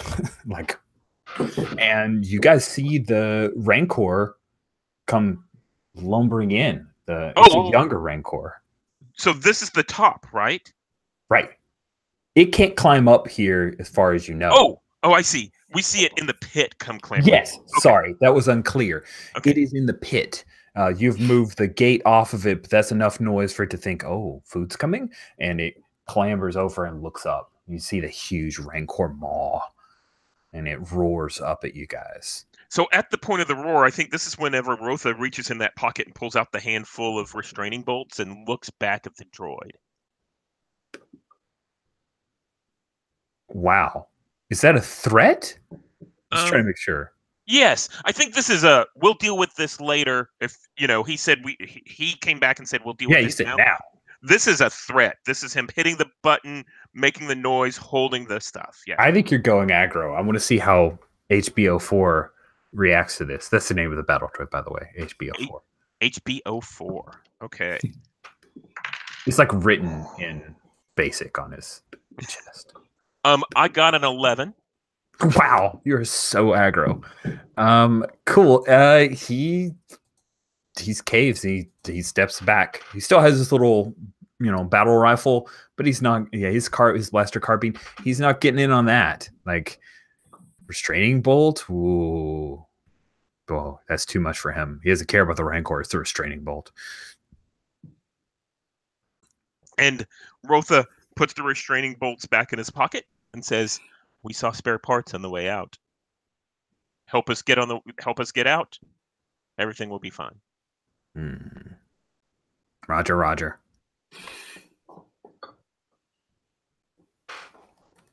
So Oleg says, "Why you play with Rancor, baby?" Rich, can I read a situation here? Because I'd like to know if there's any way that Rancor can get out of the pit. Oh, that sounds great. Go ahead and read a sitch. Roll plus sharp. Which is +1.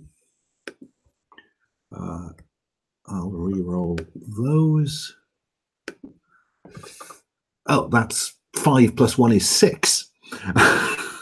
Nice. So yes, this Rancor is not as heavy set, and so it can actually claw into the wall. And in fact, that because that's what it's doing.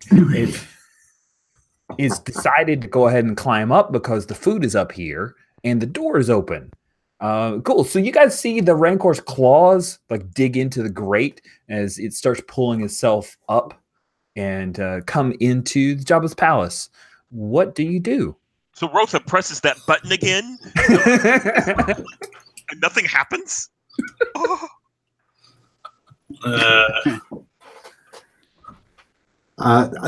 Daronal will move to the other side, the diametrically opposed side of the pit from where the Rancor is clawing up. Awesome. So just because this is Star Wars and one of your students tries to block your way, it like runs in front of the Rancor as you're trying to get out of the way, and it gets eaten. That's only fair. Bites off the top half of it. We have a clever shot of like its back. We hear the crunch. We see some blood, but it's not directly in your face. This is not like Deadpool.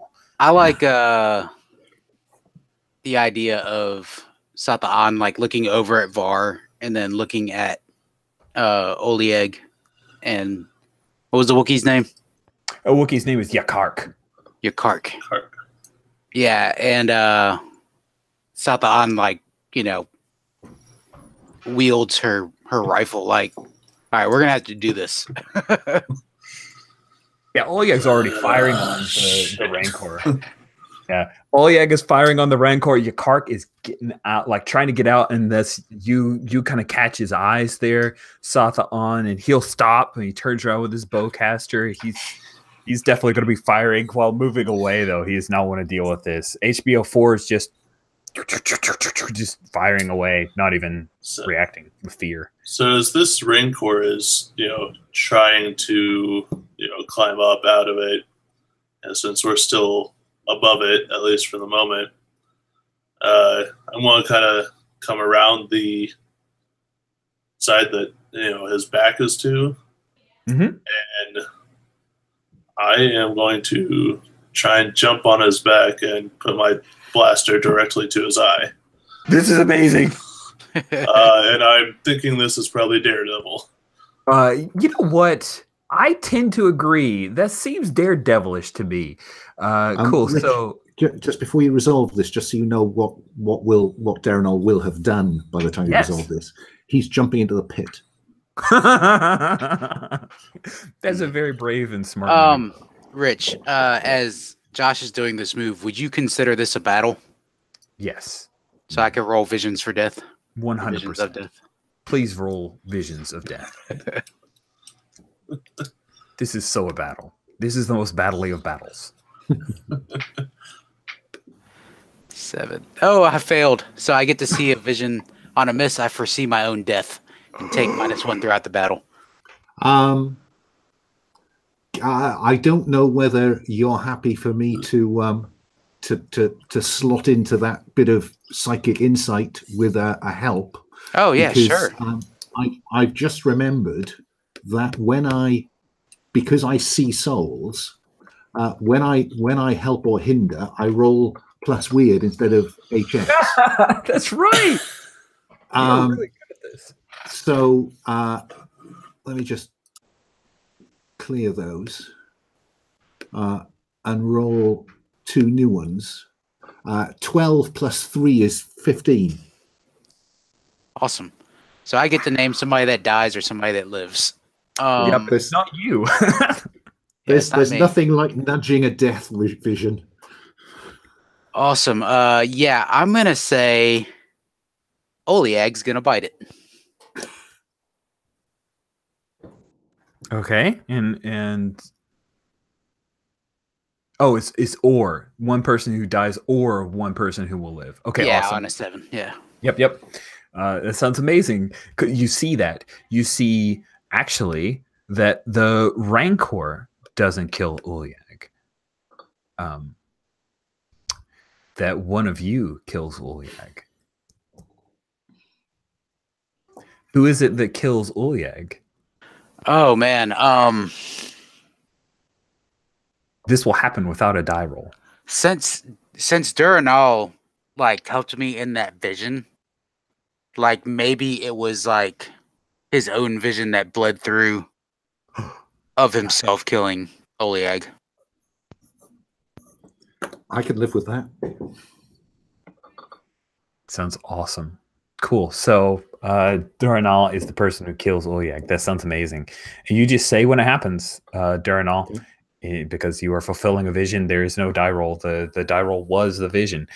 Oh, it's gonna happen like somewhere in this fight with the Rancor and Duranal jumping in a pit. Exactly. Somewhere in between there. Within this battle. It needs to happen here. That sounds amazing. So the Rancor is about to get someone jumping on top of them. I think that you are trying to seize by force, right? Let's see you do that. So seizing by force. To seize something by force, exchange harm, but first roll hard. So roll plus hard. This Rancor will hurt you for 4 harm. But you have 1 armor because of Daredevil. Yeah.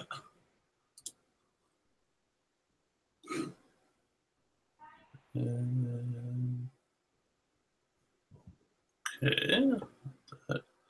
Well, I got boxcars. What? That's awesome. You sure did. All right. On a 10 plus, you get to choose 3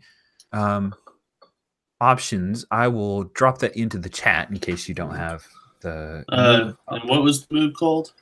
Oh, Seize by Force. It's on page 29 of the basic ref book. So Got it.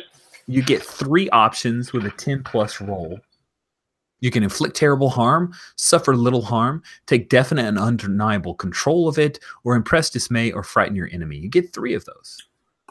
I will go with inflict terrible harm, suffer little harm, and I think, frighten it. Yeah, I mean, I'm sticking a blaster straight to its eye, so. Cool. So then you jump onto its back like it's a freaking cave troll. It reaches back and tries to claw you off, but you dodge out of the way and it just barely scrapes along. You would have taken 3 harm because of the move. You take 2 harm because of being a daredevil. So that's 2 harm. We'll have you do the harm move in just a second. You put the blaster to its head. Were you looking to like threaten it or shoot it? You were shooting it, right? Like I was shooting it in the eye. Sweet. You take out its eye. It roars in horrific pain and stumbles and basically falls over. Its whole 15-foot tall, gangly body lands right on top of HBO 4. You hear, oh, bam! It slams into it. One of the legs of the battle droid like skitters off because it was knocked loose. And this Rancor is now trying to roll around and get you off of it. You took inflict terrible, suffer little, and then did you take definite hold or impress dismay? Impress dismay. Okay. Cool. So it's really scared. It's no longer trying to attack you as much as just roll over and get free of you. So I want to check in. Durnal, you're jumping in. Sathan, what are you doing? You did your visions of death. Now you see the Rancor is being wrestled. Do I recognize that actually, you know what? I'm gonna go ahead and resolve Oliag's death here. I think as the Rancor fell over, Oliag actually came up behind me and placed her blaster like right behind my ear to take me out. And as Duranal was moving towards the pit, how did you take out Oliag from ending me? I landed on Oliag. I'm not even sure how that works. Like, from where? Well, because I'm on the edge of the pit, is I think what Sathan has just set up. And when I see the blaster come up to the back of Sathan's head, that is the point where my jump becomes a push and jump. Oh, so you grab Oliag and I push him over and then jump on him. Okay. And there is a satisfying... That's awesome. She's corpulent, so she's a good cushion for you. So I'm hoping I won't even have to roll for any harm, Rich. Yes, you're fulfilling a vision, and because you've got Oliag, I think you get I'm going to say you have stun harm, right? So it kind of knocks the wind out of you, but you don't take any full-on harm. I want to swing back up to Rotha. You're down there now. But Rotha, what is going on for you, our little brainer? So I see the fear in the Rancor's eye that's left. Yep. And it's howling in pain.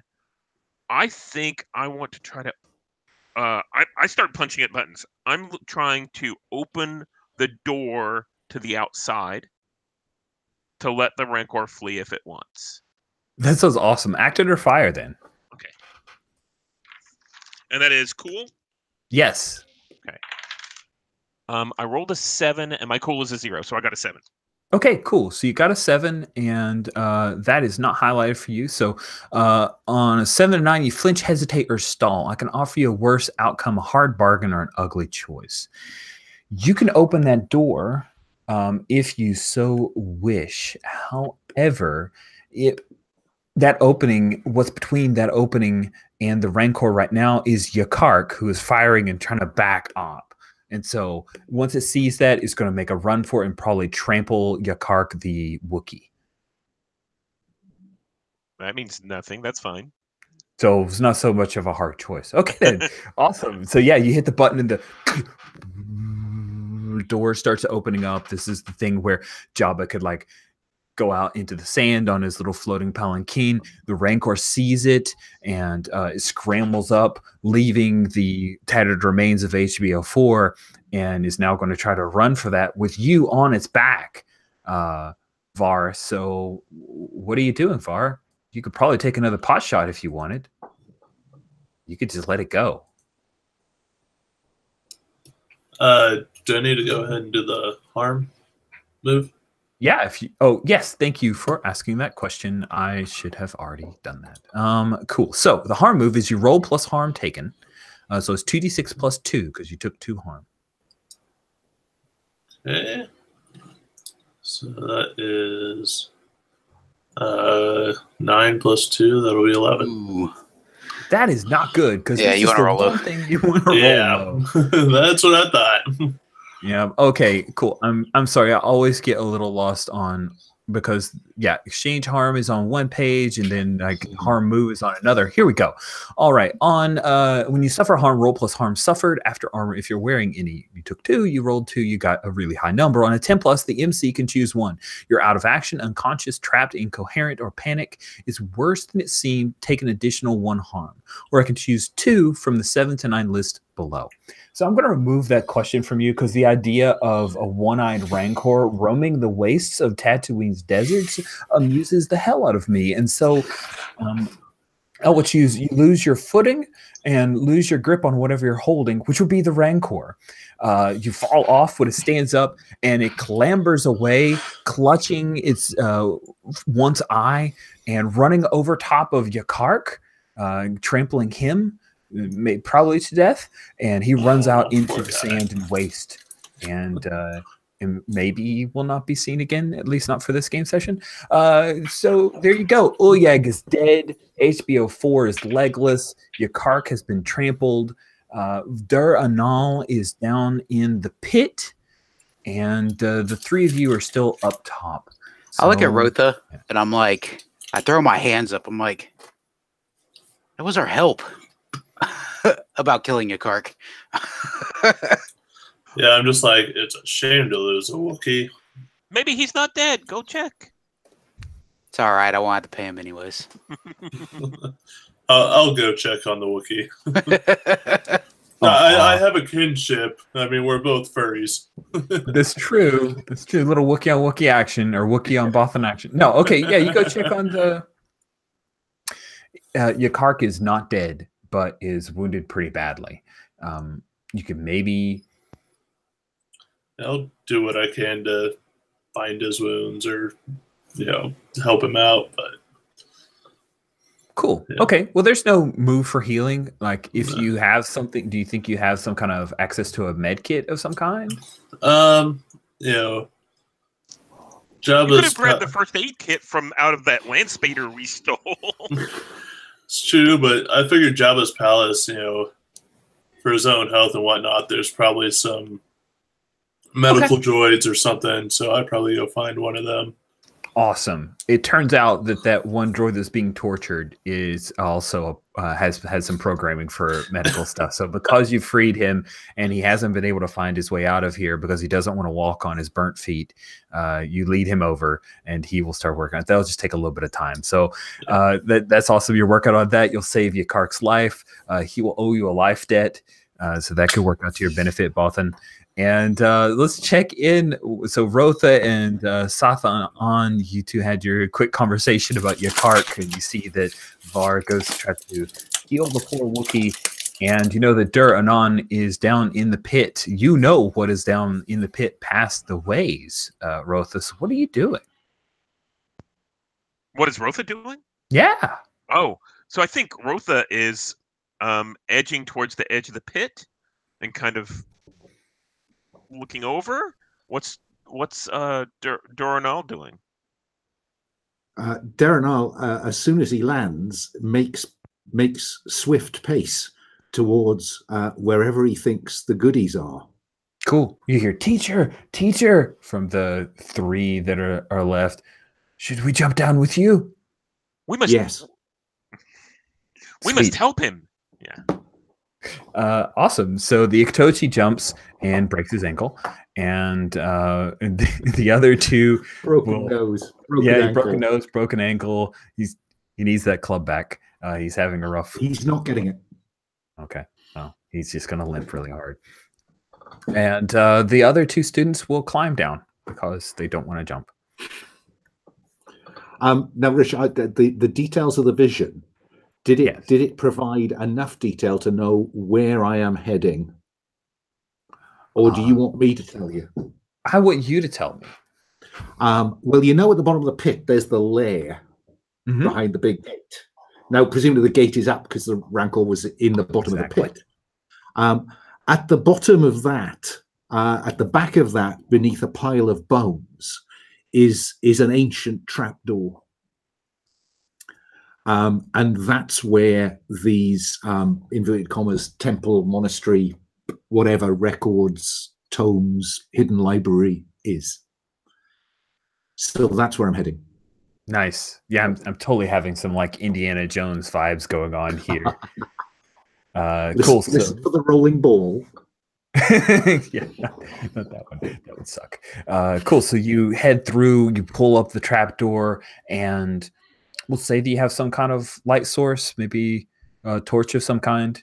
I mean, I don't. I have no possession. One of your students do. No, that's true. I do have my my tattered robes are covered in all sorts of apparently useless stuff, but one of those useless bits of stuff could be a torch, small, you know, or And I mean like a British torch, like a flashlight. Yes, yes. Yeah, awesome. Sounds good. So you light that thing up, and a little bit of light is cast into this old, ancient area, and you see that there are like a lot of, you know, on the Blu-ray, people will pause and see that there's actually like gold press latinum, which is some kind of in-joke Easter egg for Star Trek fans, and then there are a number of old, actual physical books that could rot. Which was a poor choice for storing for thousands of years. And the light shines off of a dark red holocron, ancient, and you feel it, Durinal. You feel the power that is emanating from that thing. It is calling to you. Yeah, and I'm listening. Yeah, and it whispers secrets of power, of strength, of the ways of the Sith. I want to get in the pit and pick it up. Awesome. So you head into the pit, and Rotha, you make it to the trap door, and you see Durinal picking up that holocron, your holocron. It's yours. But I think what we see is this tiny gloved hand, you know, black gloved hand, reach out with this sphere, and you hear this. So you hear this noise behind you, and it's this thermal detonator that's been modified and probably puts off black smoke of some type. Do I have a chance to react? Oh yeah. I look up at Rotha's face, peering in, and I say, "The force is strong in you, Jawa, but you need a teacher."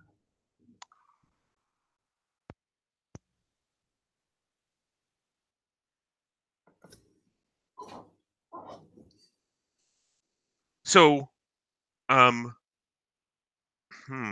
So what I'm hearing is I'm trying to manipulate you or threaten you. Maybe that's go aggro. You're trying to manipulate me, and to become your student. What is the Sith equivalent of a Padawan? Apprentice? Maybe. I think so. Yeah. Sweet. Yeah. Let's engage some moves. This is fantastic. I did not see this happening when we started this, but this is lovely. Good. So you're trying to manipulate, and so the seducer manipulate. We try to seduce, manipulate, bluff, fast talk, or lie to someone. Tell them what you want them to do. You have, give them a reason, power, and roll plus hot. Yeah. Okay. Well, I'm just wondering, Rich, is this manipulate, or is this? Because I think this is what he wants. I think read a person. Oh, so you want to read and see? Okay, cool. I think it is what he wants. Yeah. And the question I want to ask is, what will it take to make you my pupil? Why don't you read a person then? You're offering this, but really you're probing, trying to gather information, maybe more than the words, but reading Rotha's intentions. Okay, so that is 2. Are you interfering in this, Rotha? Are you helping? No. Okay. So my so that is plus sharp, isn't it? Which is plus 1. So oh, that's a 5. Okay. So that is not a highlighted stat, which means there's no XP. It is just a miss. And so you make that offer. You're trying to read. Now, on a miss, you ask 1 anyway, but you need to be prepared for the worst. How could I get Rotha to agree to become my apprentice? Show that your power is enough that you have something to teach me. Okay. And specifically, this would be power through the Force. Okay, cool. So you gather that information from the two of you having this conversation. I'm going to swing back before I reveal Mhm. what I get to do because it's a miss. So the MC gets a move.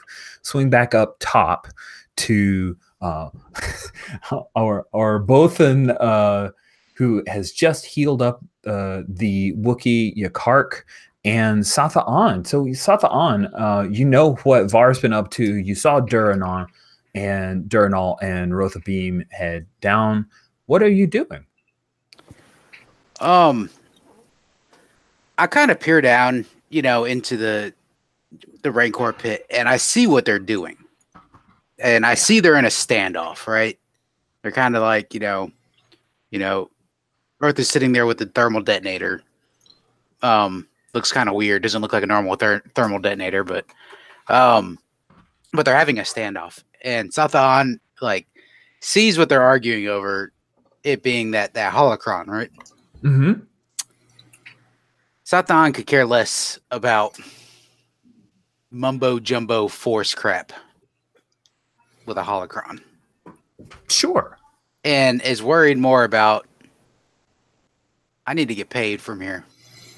So begin searching around for any type of valuables that we could possibly load up the speeder with. Awesome. Yeah, why don't you you know that there's a lot now, there's a door open. So you can get out to the speeder more easily. However, other people are seeing that and they know generally where it leads. So I'd like to see you do something under fire here to grab a bunch of goodies and GTFO. Okay. Bar, are you pulling the vehicle around for this, or you trying to carry stuff as well? I will leave the Wookiee with you to help get as much, because Wookiees are hella strong. Yeah. And I'll go get the speeder and make a path. Hell, that entry hall is big enough you could get a speeder through it. So absolutely. Cool. So you make your way to the land speeder under hail of blaster fire, start her up, and Yakark is back with you, Satha'an. So let's see how much stuff you can get away with here. I got a 7, and that's +3, so 10. Wow, you are so cool. That means you get out without much of a care, some tech, a good amount of credits, and say some very valuable items that could be resold. And armfuls of the stuff you and Yakark strip bare Jabba's throne room, where he has all of his cool trophies. There's this, for some reason, there's this like a carbonite case that's empty. And Yakark looks at it for a minute, why is this here? Yeah, we leave it. It's just junk. Just leave it. It's just some metal. Carbonite's worthless, right? Not even carbonite there. It's just a metal casing that you would have had carbonite in. Yakark. Why was it mounted on the wall? Yeah, it's ugly. It's not even good art. There's only one planet in all of time and space where that is valuable. Go. So you guys as we're running out, I'm Bar, hit the horn or whatever signaling device is on this speeder to signal to the the two hokey characters that are in the standoff. Look, we're leaving soon. Yeah, nice. I'll send some kind of signal to him. Sweet. Cool. So yeah, you guys are being signaled as you have this bit of a face off, and that's when you hear and the entire area is lit by a red glow. And the Iktochi is now holding a lightsaber.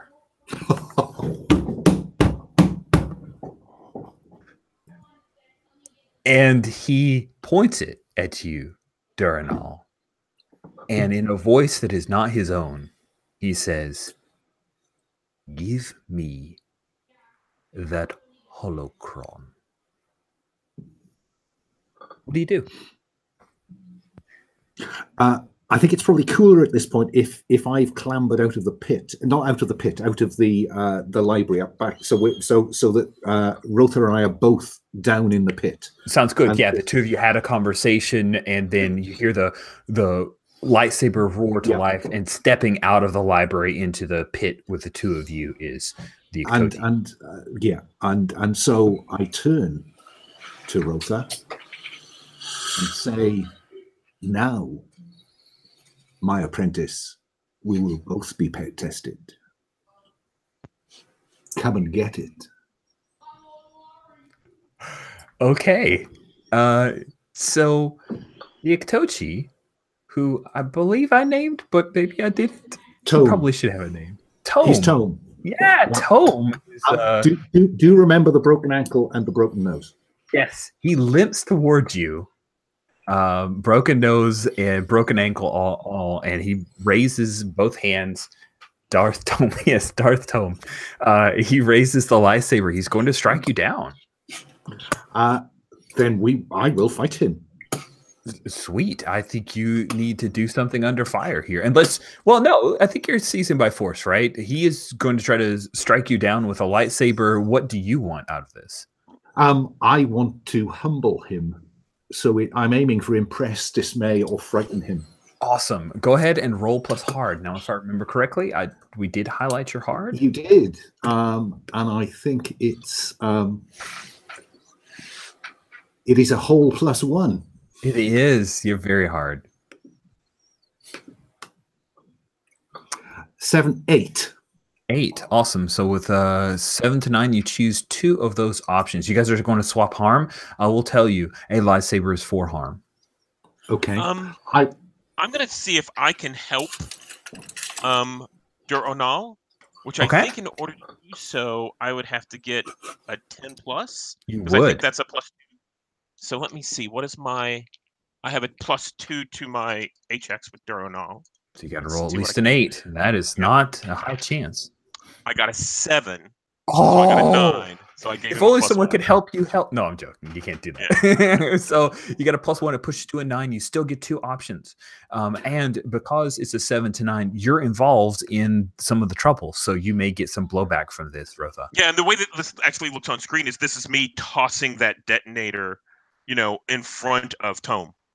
Nice. I like that a lot. What 2 options would you like from the seize by force list? I will suffer little harm. Okay, so 3. And I will impress, dismay, or frighten my enemy. Sweet. Cool. So your savage attack, you're showing strength that he has never seen before, although you're not entirely sure how much of Tome is here versus someone else because of the voice and the actions. And I mean, Tome would never do this. He lets you punch him in the face. But Darth Tome, that's different. Then the pain grenade goes off, and that will break things up quite a bit. You guys hear the horn from the land speeder outside. The Ikhtoti Tome, he steps back from that, and he holds the lightsaber up defensively, but he has struck you, so you need to make a harm move. If you I think it does 4. I took 1 less, chose to take 1 less. That's 3 harm. Yeah. I've lost it. Hang on. Doesn't appear you have armor as any of your gear. Nope. So you take 3. So roll 2d6 plus 3. Fine. Thank you.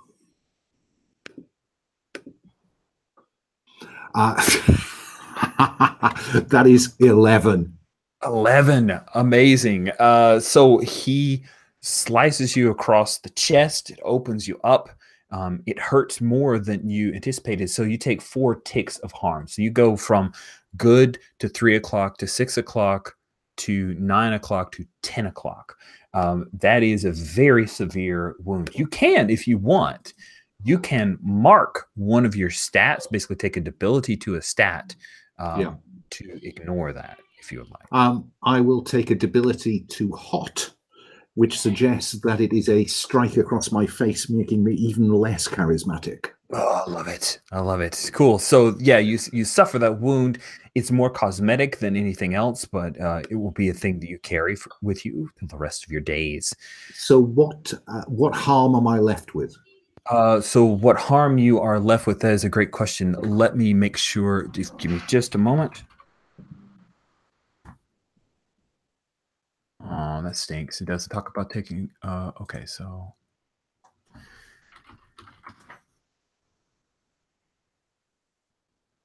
This is not something I've had happen in game, because we usually play longer campaigns and nobody ever wants to jack up their character. But on a one shot is a great choice. So let me very quickly look that up. I'm sorry for the brief pause, but.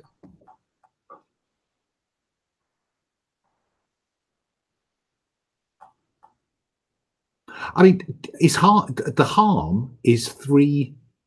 The harm move. The 3. Oh, yeah, you're right. Out, so the harm is 3 because it would have been 4. So it is. You're at 9 o'clock. So 3 segments 4 and 9 are less serious. So you may not want to take a debility. I thought you were at 10, but I counted 1 too many. That can be 6 o'clock. So basically, if you have 2 harm, 2 ticks of harm, it'll go away by itself with time. After 9 o'clock, it's unstable. It needs to be stabilized. But a 9 o'clock means you're just on the edge of hurt pretty bad. So I would recommend don't take the debility, but we can still have the cosmetic scar that hurts you, and that means I don't have to keep looking for that rule because I need to reread it before I run Apocalypse World again. Cool. So he strikes you. You exchange harm. So how is it that you harmed him? I think probably it's with his own staff. And I have to say, I have no idea what damage that does. Probably 1. Yes, it does 1 damage. Staff would do 1 damage.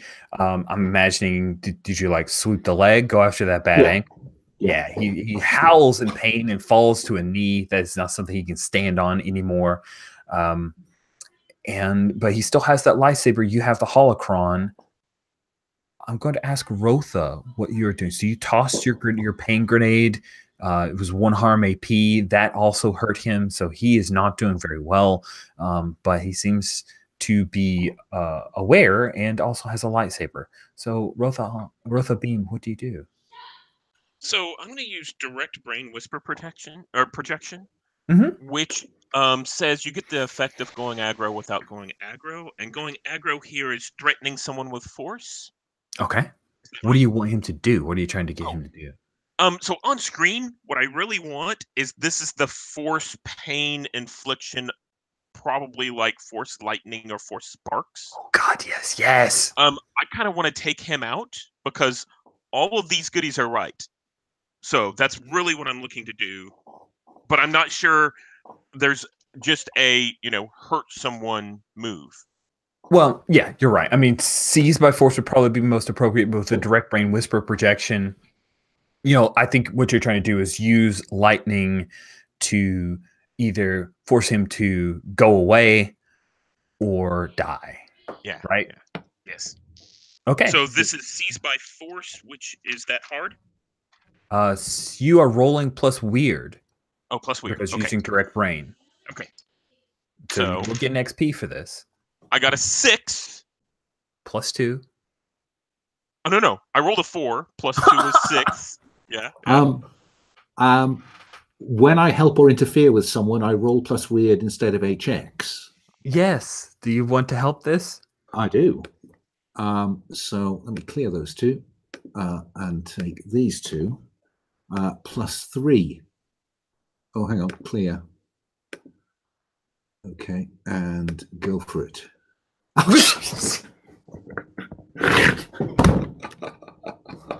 So, in trying to help your 6, Rotha, I achieve 5.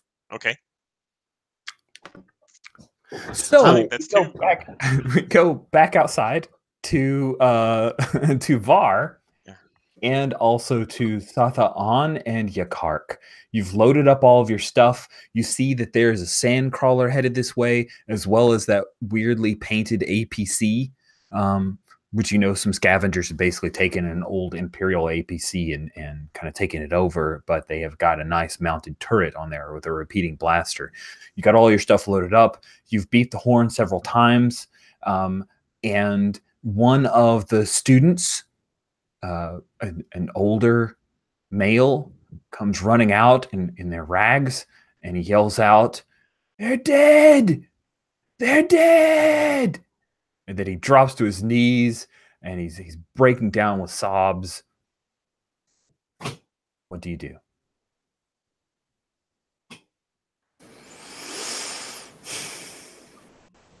I'm gonna let Var get this because that's the driver.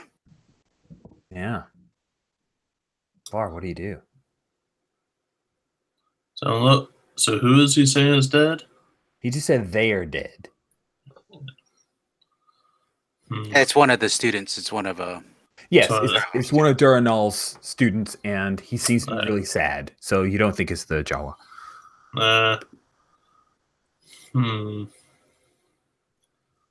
I am, like I said, that passage is pretty wide. So I am want to just like floor it through the main entrance and get us back into the throne room and the speeder. And if there's, someone attack him or something, I'll aim the speeder at him. Sweet. So you come up in the speeder, up into the throne room, and you see the pit, right? You're coming towards the pit. You see this reddish glow grow out of it, and then this figure, an Iktochi, floats up. He's got a dark red lightsaber, and he lands on one foot, kind of hunched over a little bit. And he starts walking towards you. You want to try to run him over? Is that what you want to do? I think, as soon as I see the lightsaber,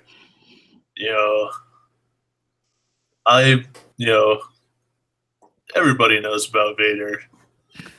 And not that I think this guy is Vader, but I'm just like, screw this, and back it up. Nice. Yeah, you throw it into reverse and get the hell out of there. And I would like to say that's our last scene on screen.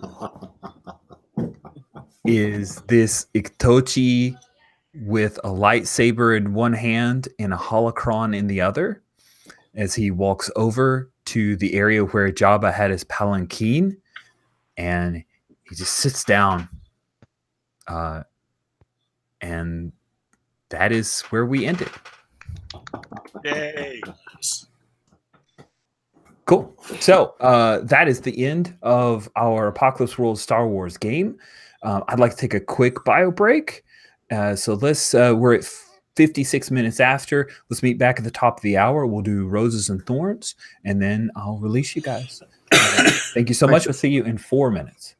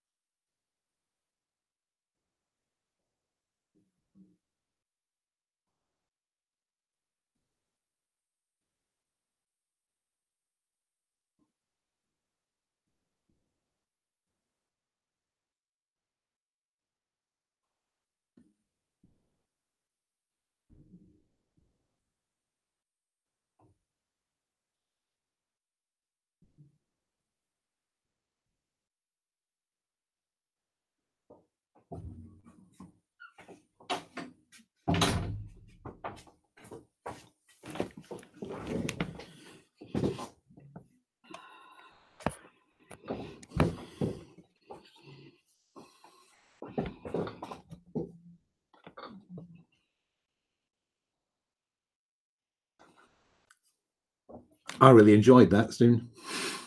Me too. Have you played Uh, Apocalypse World before? No, not the straight rules. No, I've played other PBTAs, but not the root rule set.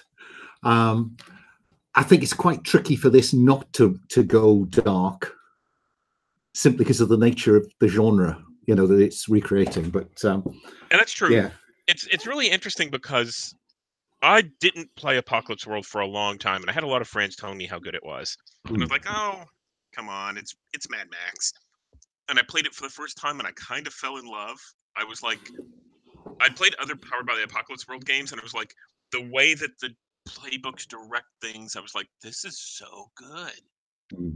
So I really like the way that it directs the fiction. yeah, and it's and yeah, it does feel like the others are a kind of pale imitation is too harsh, but that they are an imitation, and that the work they've done. I don't know the difference between first and second edition, so I don't know, but it does seem to me that very clear vision of what they wanted to achieve somehow has come through. And I think that's not necessarily the case. Most of my experiences with Saga of the Icelanders, which again does a similar kind of thing. It hits the genre really sharply. But yeah, that was more fun even than I expected it to be. I think some of the Powered by the Apocalypse World games, they have, of course, different themes that they hit on. This one hits really well with desperation and darkness and need. But like Dungeon World, in some cases, it has things that I think are better. Like XP on a Miss, I like that. Mechanically, and then Monster Hearts does a really good job of making you feel like a horrible teenage child. I mean, they all do a really good job. So there's a number of them that just feel mechanically like they've taken the Apocalypse World stuff, but some of them are fantastic. Some of them really evoke other feelings. Yeah. I mean, people talk about Monster Hearts. I've never played it. But... Oh, Rich, you're back in the room. I'm good, but yeah, talking about Monster Hearts is fun. Yeah. Make a request? Yes, you may. Can we have like a short epilogue for the characters? We should. Well, I was actually thinking about that as I ran downstairs and got a pizza ready and preheated the oven and then yelled at my son to stick the pizza in the oven. I said, an epilogue would be more satisfactory. So let's do that. So for an epilogue, this is like post-credit sequence where we see the epilogue of your characters, how you can kind of tie things off. I think it would be really fun for you to jump as far forward as you like. This is your lasting image. This is you getting a chance to say goodbye to your character. Since you asked for it, Stephen, do you want to go last? No, I want to go first. Oh, okay, cool. So what is the epilogue that we see? So I don't know how many of the players recall, but do you know what Bonbar monks are? They're the little spider droid looking things that you see for like a quarter of a second in Return of the Jedi. And basically what they are is they are monks that eschewed the way of physical form, and their brains in a jar with like little spider legs. So while we were talking about this, I remembered as we were going to Jabba's palace, it was like, oh, that's where the Bonmar monks lived. So I looked it up on like Wikipedia or something, Wikipedia, and in the history in the expanded universe, they take over after Jabba leaves, and it says something. I mean, if you read it, it's really interesting. It says something like they forcibly take over and recruit new members and stuff like that, and then as they grow in the cult, they then get their brains put into jars. So I was like, ooh, I love this. So what we see of Rotha Beam is a crumpled Jawa form on the ground, and Darth Tome is there in Jabba's palace. And some of the spider Bonmar monks kind of come out around him as we see, the red light in the palace room, and then it kind of fades to black, and then it comes back up into normal sunlight with the Tatooine suns, and we see a Bonmar monk spider droid with a tiny, tiny little brain in it, and that's the last we see of Rotha Beam. I love it. That is wicked, and gives me such delightful ideas for how things will go in Star Wars Saturdays in 2019. Thank you. That is wonderful. Cool. So what about we'll work from right to left as I can see. Satha An, what is the epilogue that we see for Satha An? I think with Satha An, you see like it's kind of like a montage of her like unloading the stuff from the speeder and then like counting out her credits and like, and then it flashes and it shows Yakark, and Yakark's like kind of laid up a little bit, still kind of recovering from the injuries of being trampled by a Rancor. And like, I place, his pay in his hands, paying Yakark. Then you see Satha An show up at Timo's place and paying Timo his cut, which of course is necessary. And then like I go outside and Var's there, and like you can see them like Var and Satha An talking, but you can't hear what they're saying, and they kind of like fist bump each other, and then you see Satha R, throw on the rifle and the power mace, puts it on her back, and just hops in some random speeder that's going out the gate like she's on another job and rides off. That's awesome. That's awesome. I love it. Cool. And then what about our driver, Var Vondo? Yeah, so like you said, we got the stuff sold. Went and sold the speeder to some chop shop or something. I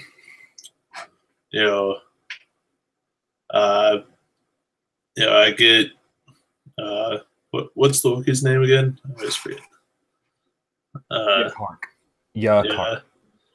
I worked some things out with him, and you might, you kind of see him, at the bar or whatever, getting drinks, and the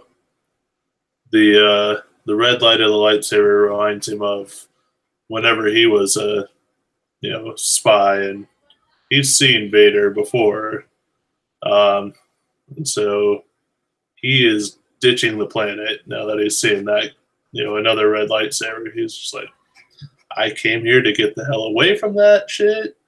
Now I gotta go somewhere else. Nice.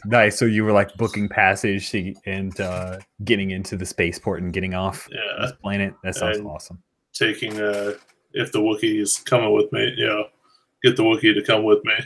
Yep, he totally is. That sounds awesome. I love it. And then last but not least, Dur Anal. What is it that we have? With your permission, Rich, I'd like to finish this film and give you the trail for the next one. Okay, do it.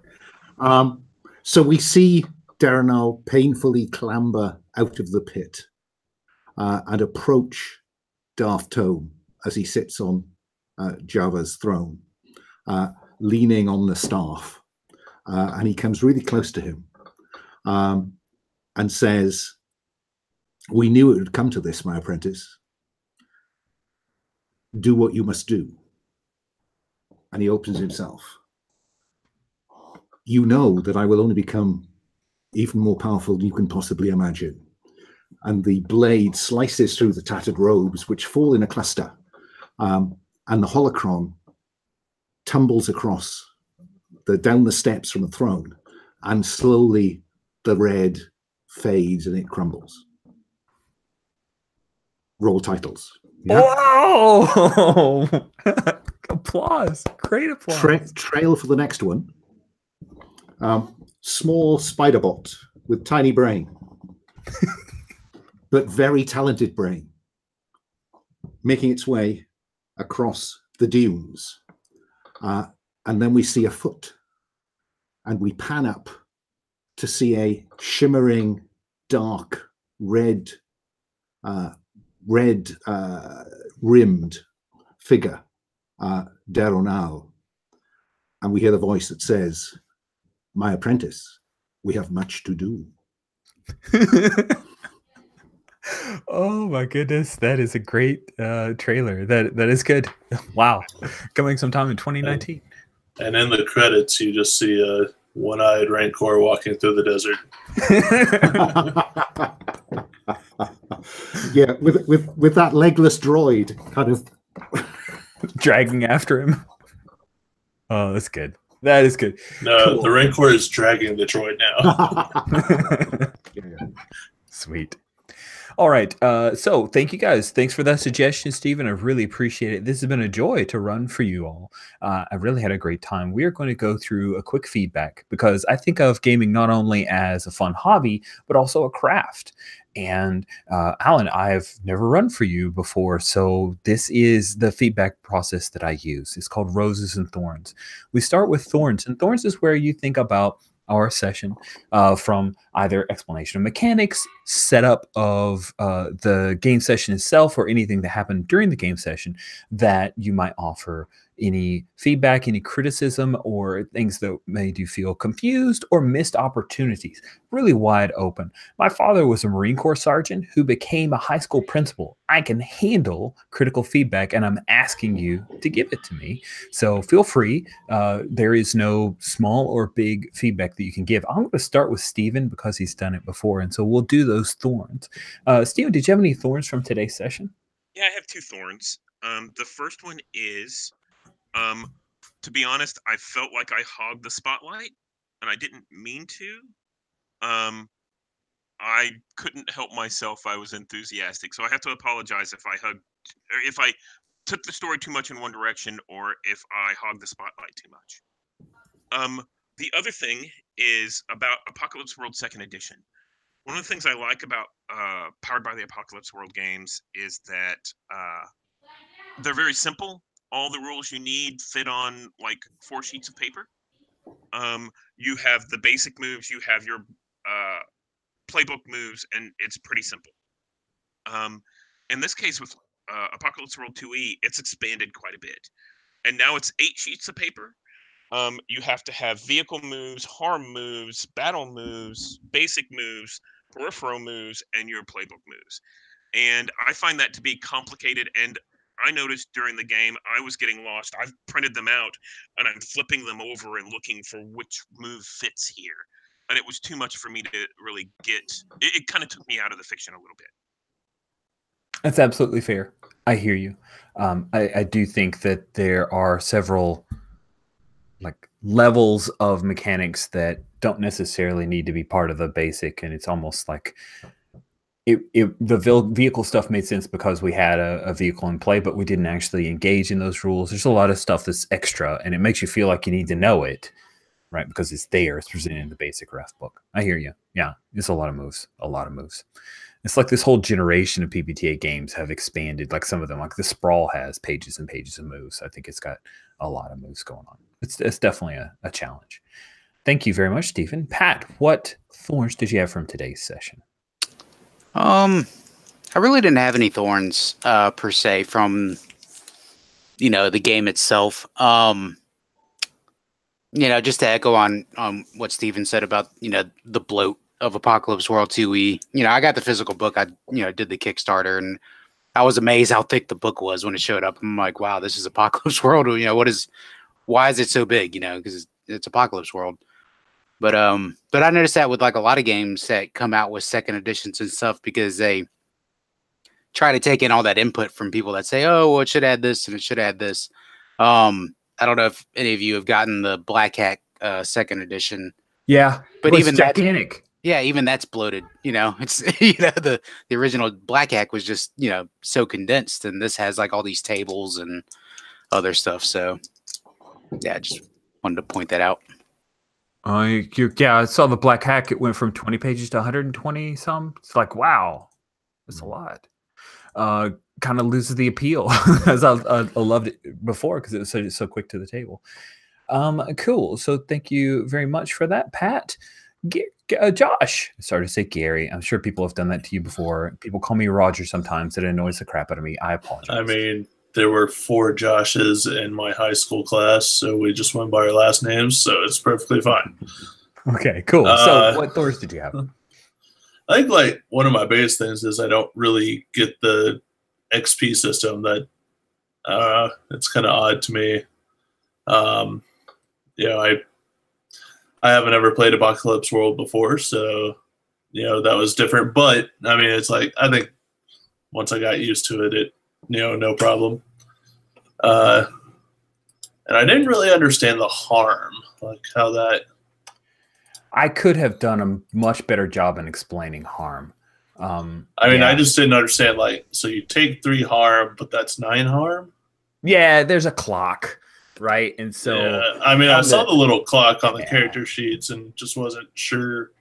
It was kind of weird. Plus, you have like multiple options under it of like, come back minus this or come back plus this.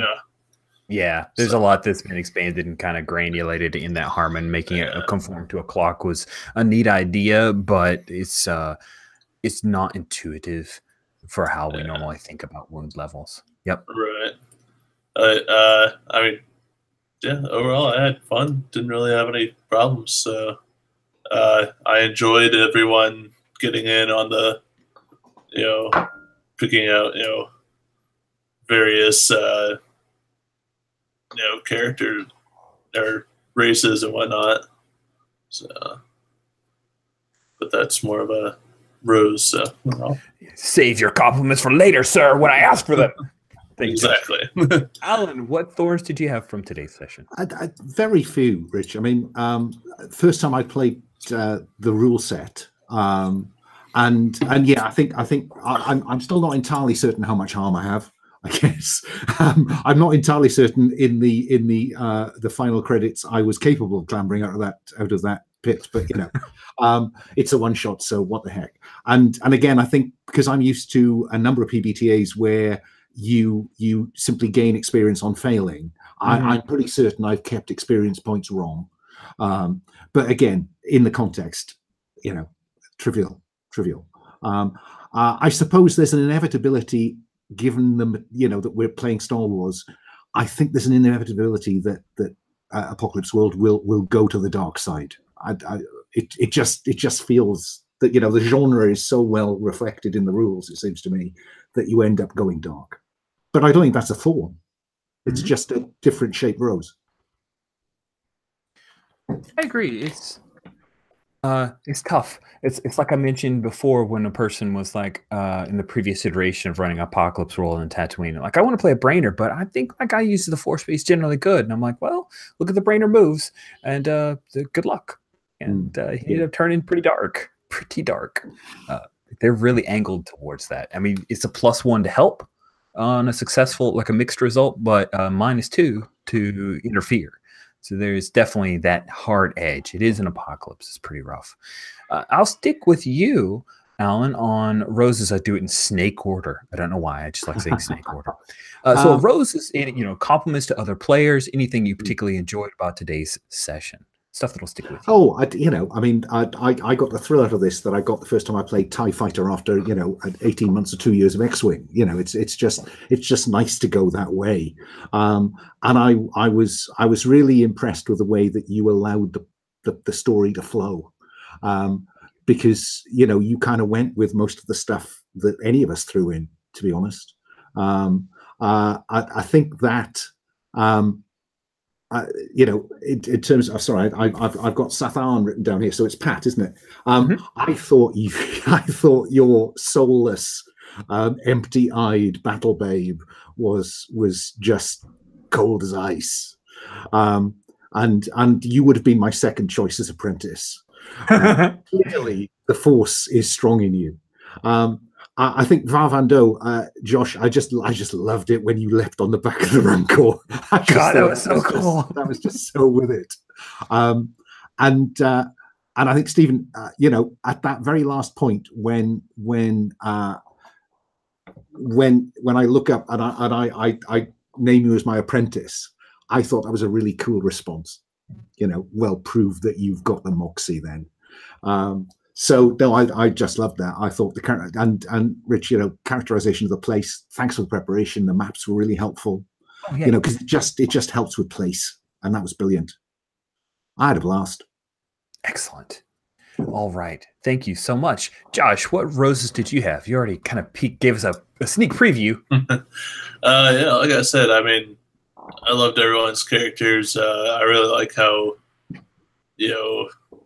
everyone, like, who the hell would have picked a Jawa? But, I love that because it's different. Also, when you were kind of describing the whole, like, being crumpled up, I was hearing in my mind from the PSP version of Force Unleashed, whenever you force choke a Jawa, you just hear this, like, horrible... it just brought back memories of that. Like it sounded terrible, like you were balling them up or something. I mean, you just need to look up that sound. Cool. Thank you, Josh. I mean, I had a lot of fun. Really enjoyed the Star Wars setting. Enjoyed getting my first taste of actual Apocalypse World. So, yeah. Thanks for running it.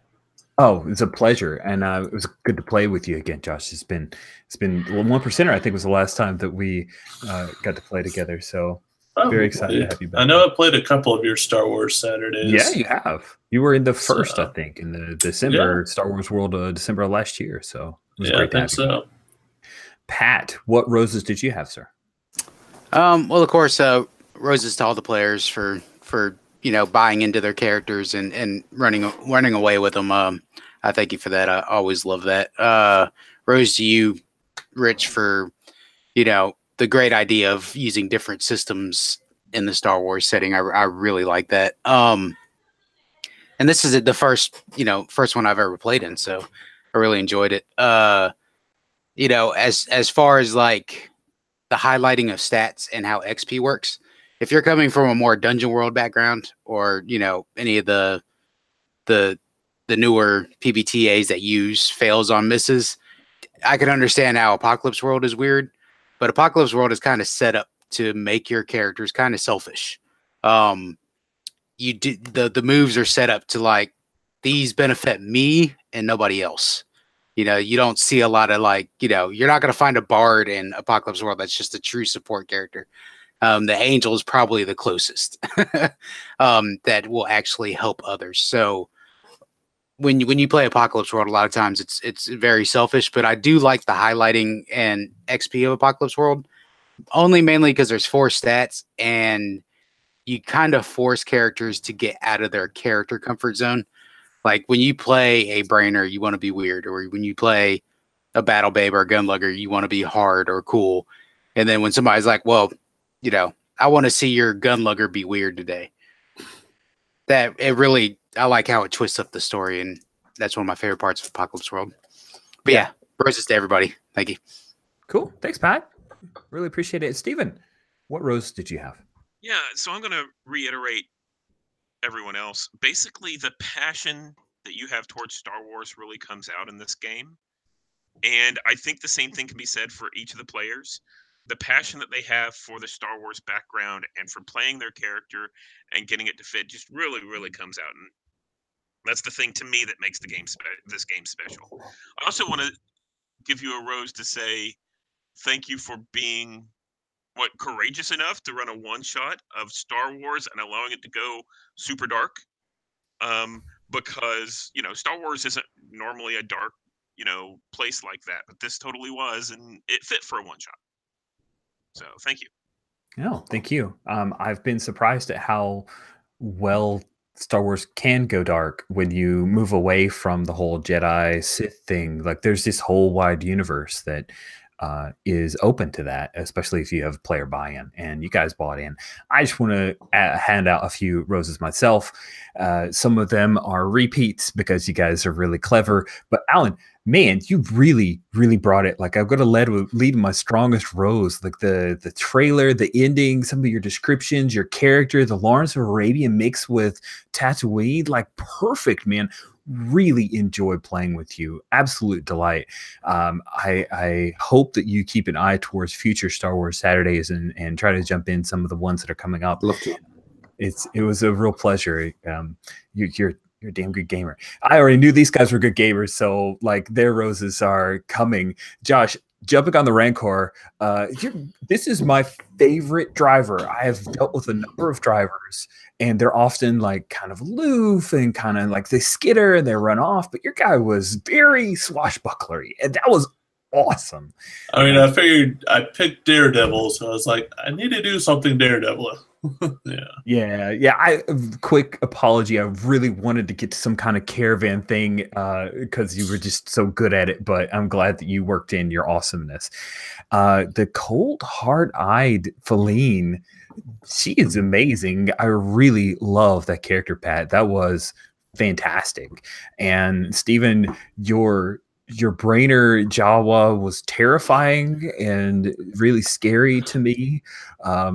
Really, the scariest Jawa I've ever seen in a game by far is this guy. Like, they are a terrifying creature. Good job. Way to go, Dark. You did a good job. So I had a blast running this game for you guys, playing it with you. Thank you so much for giving me some of your time and being part of Gauntlet Con 2018. I hope that see you guys in future games. Thank you so Thanks, much. Rich. Cool. See you guys.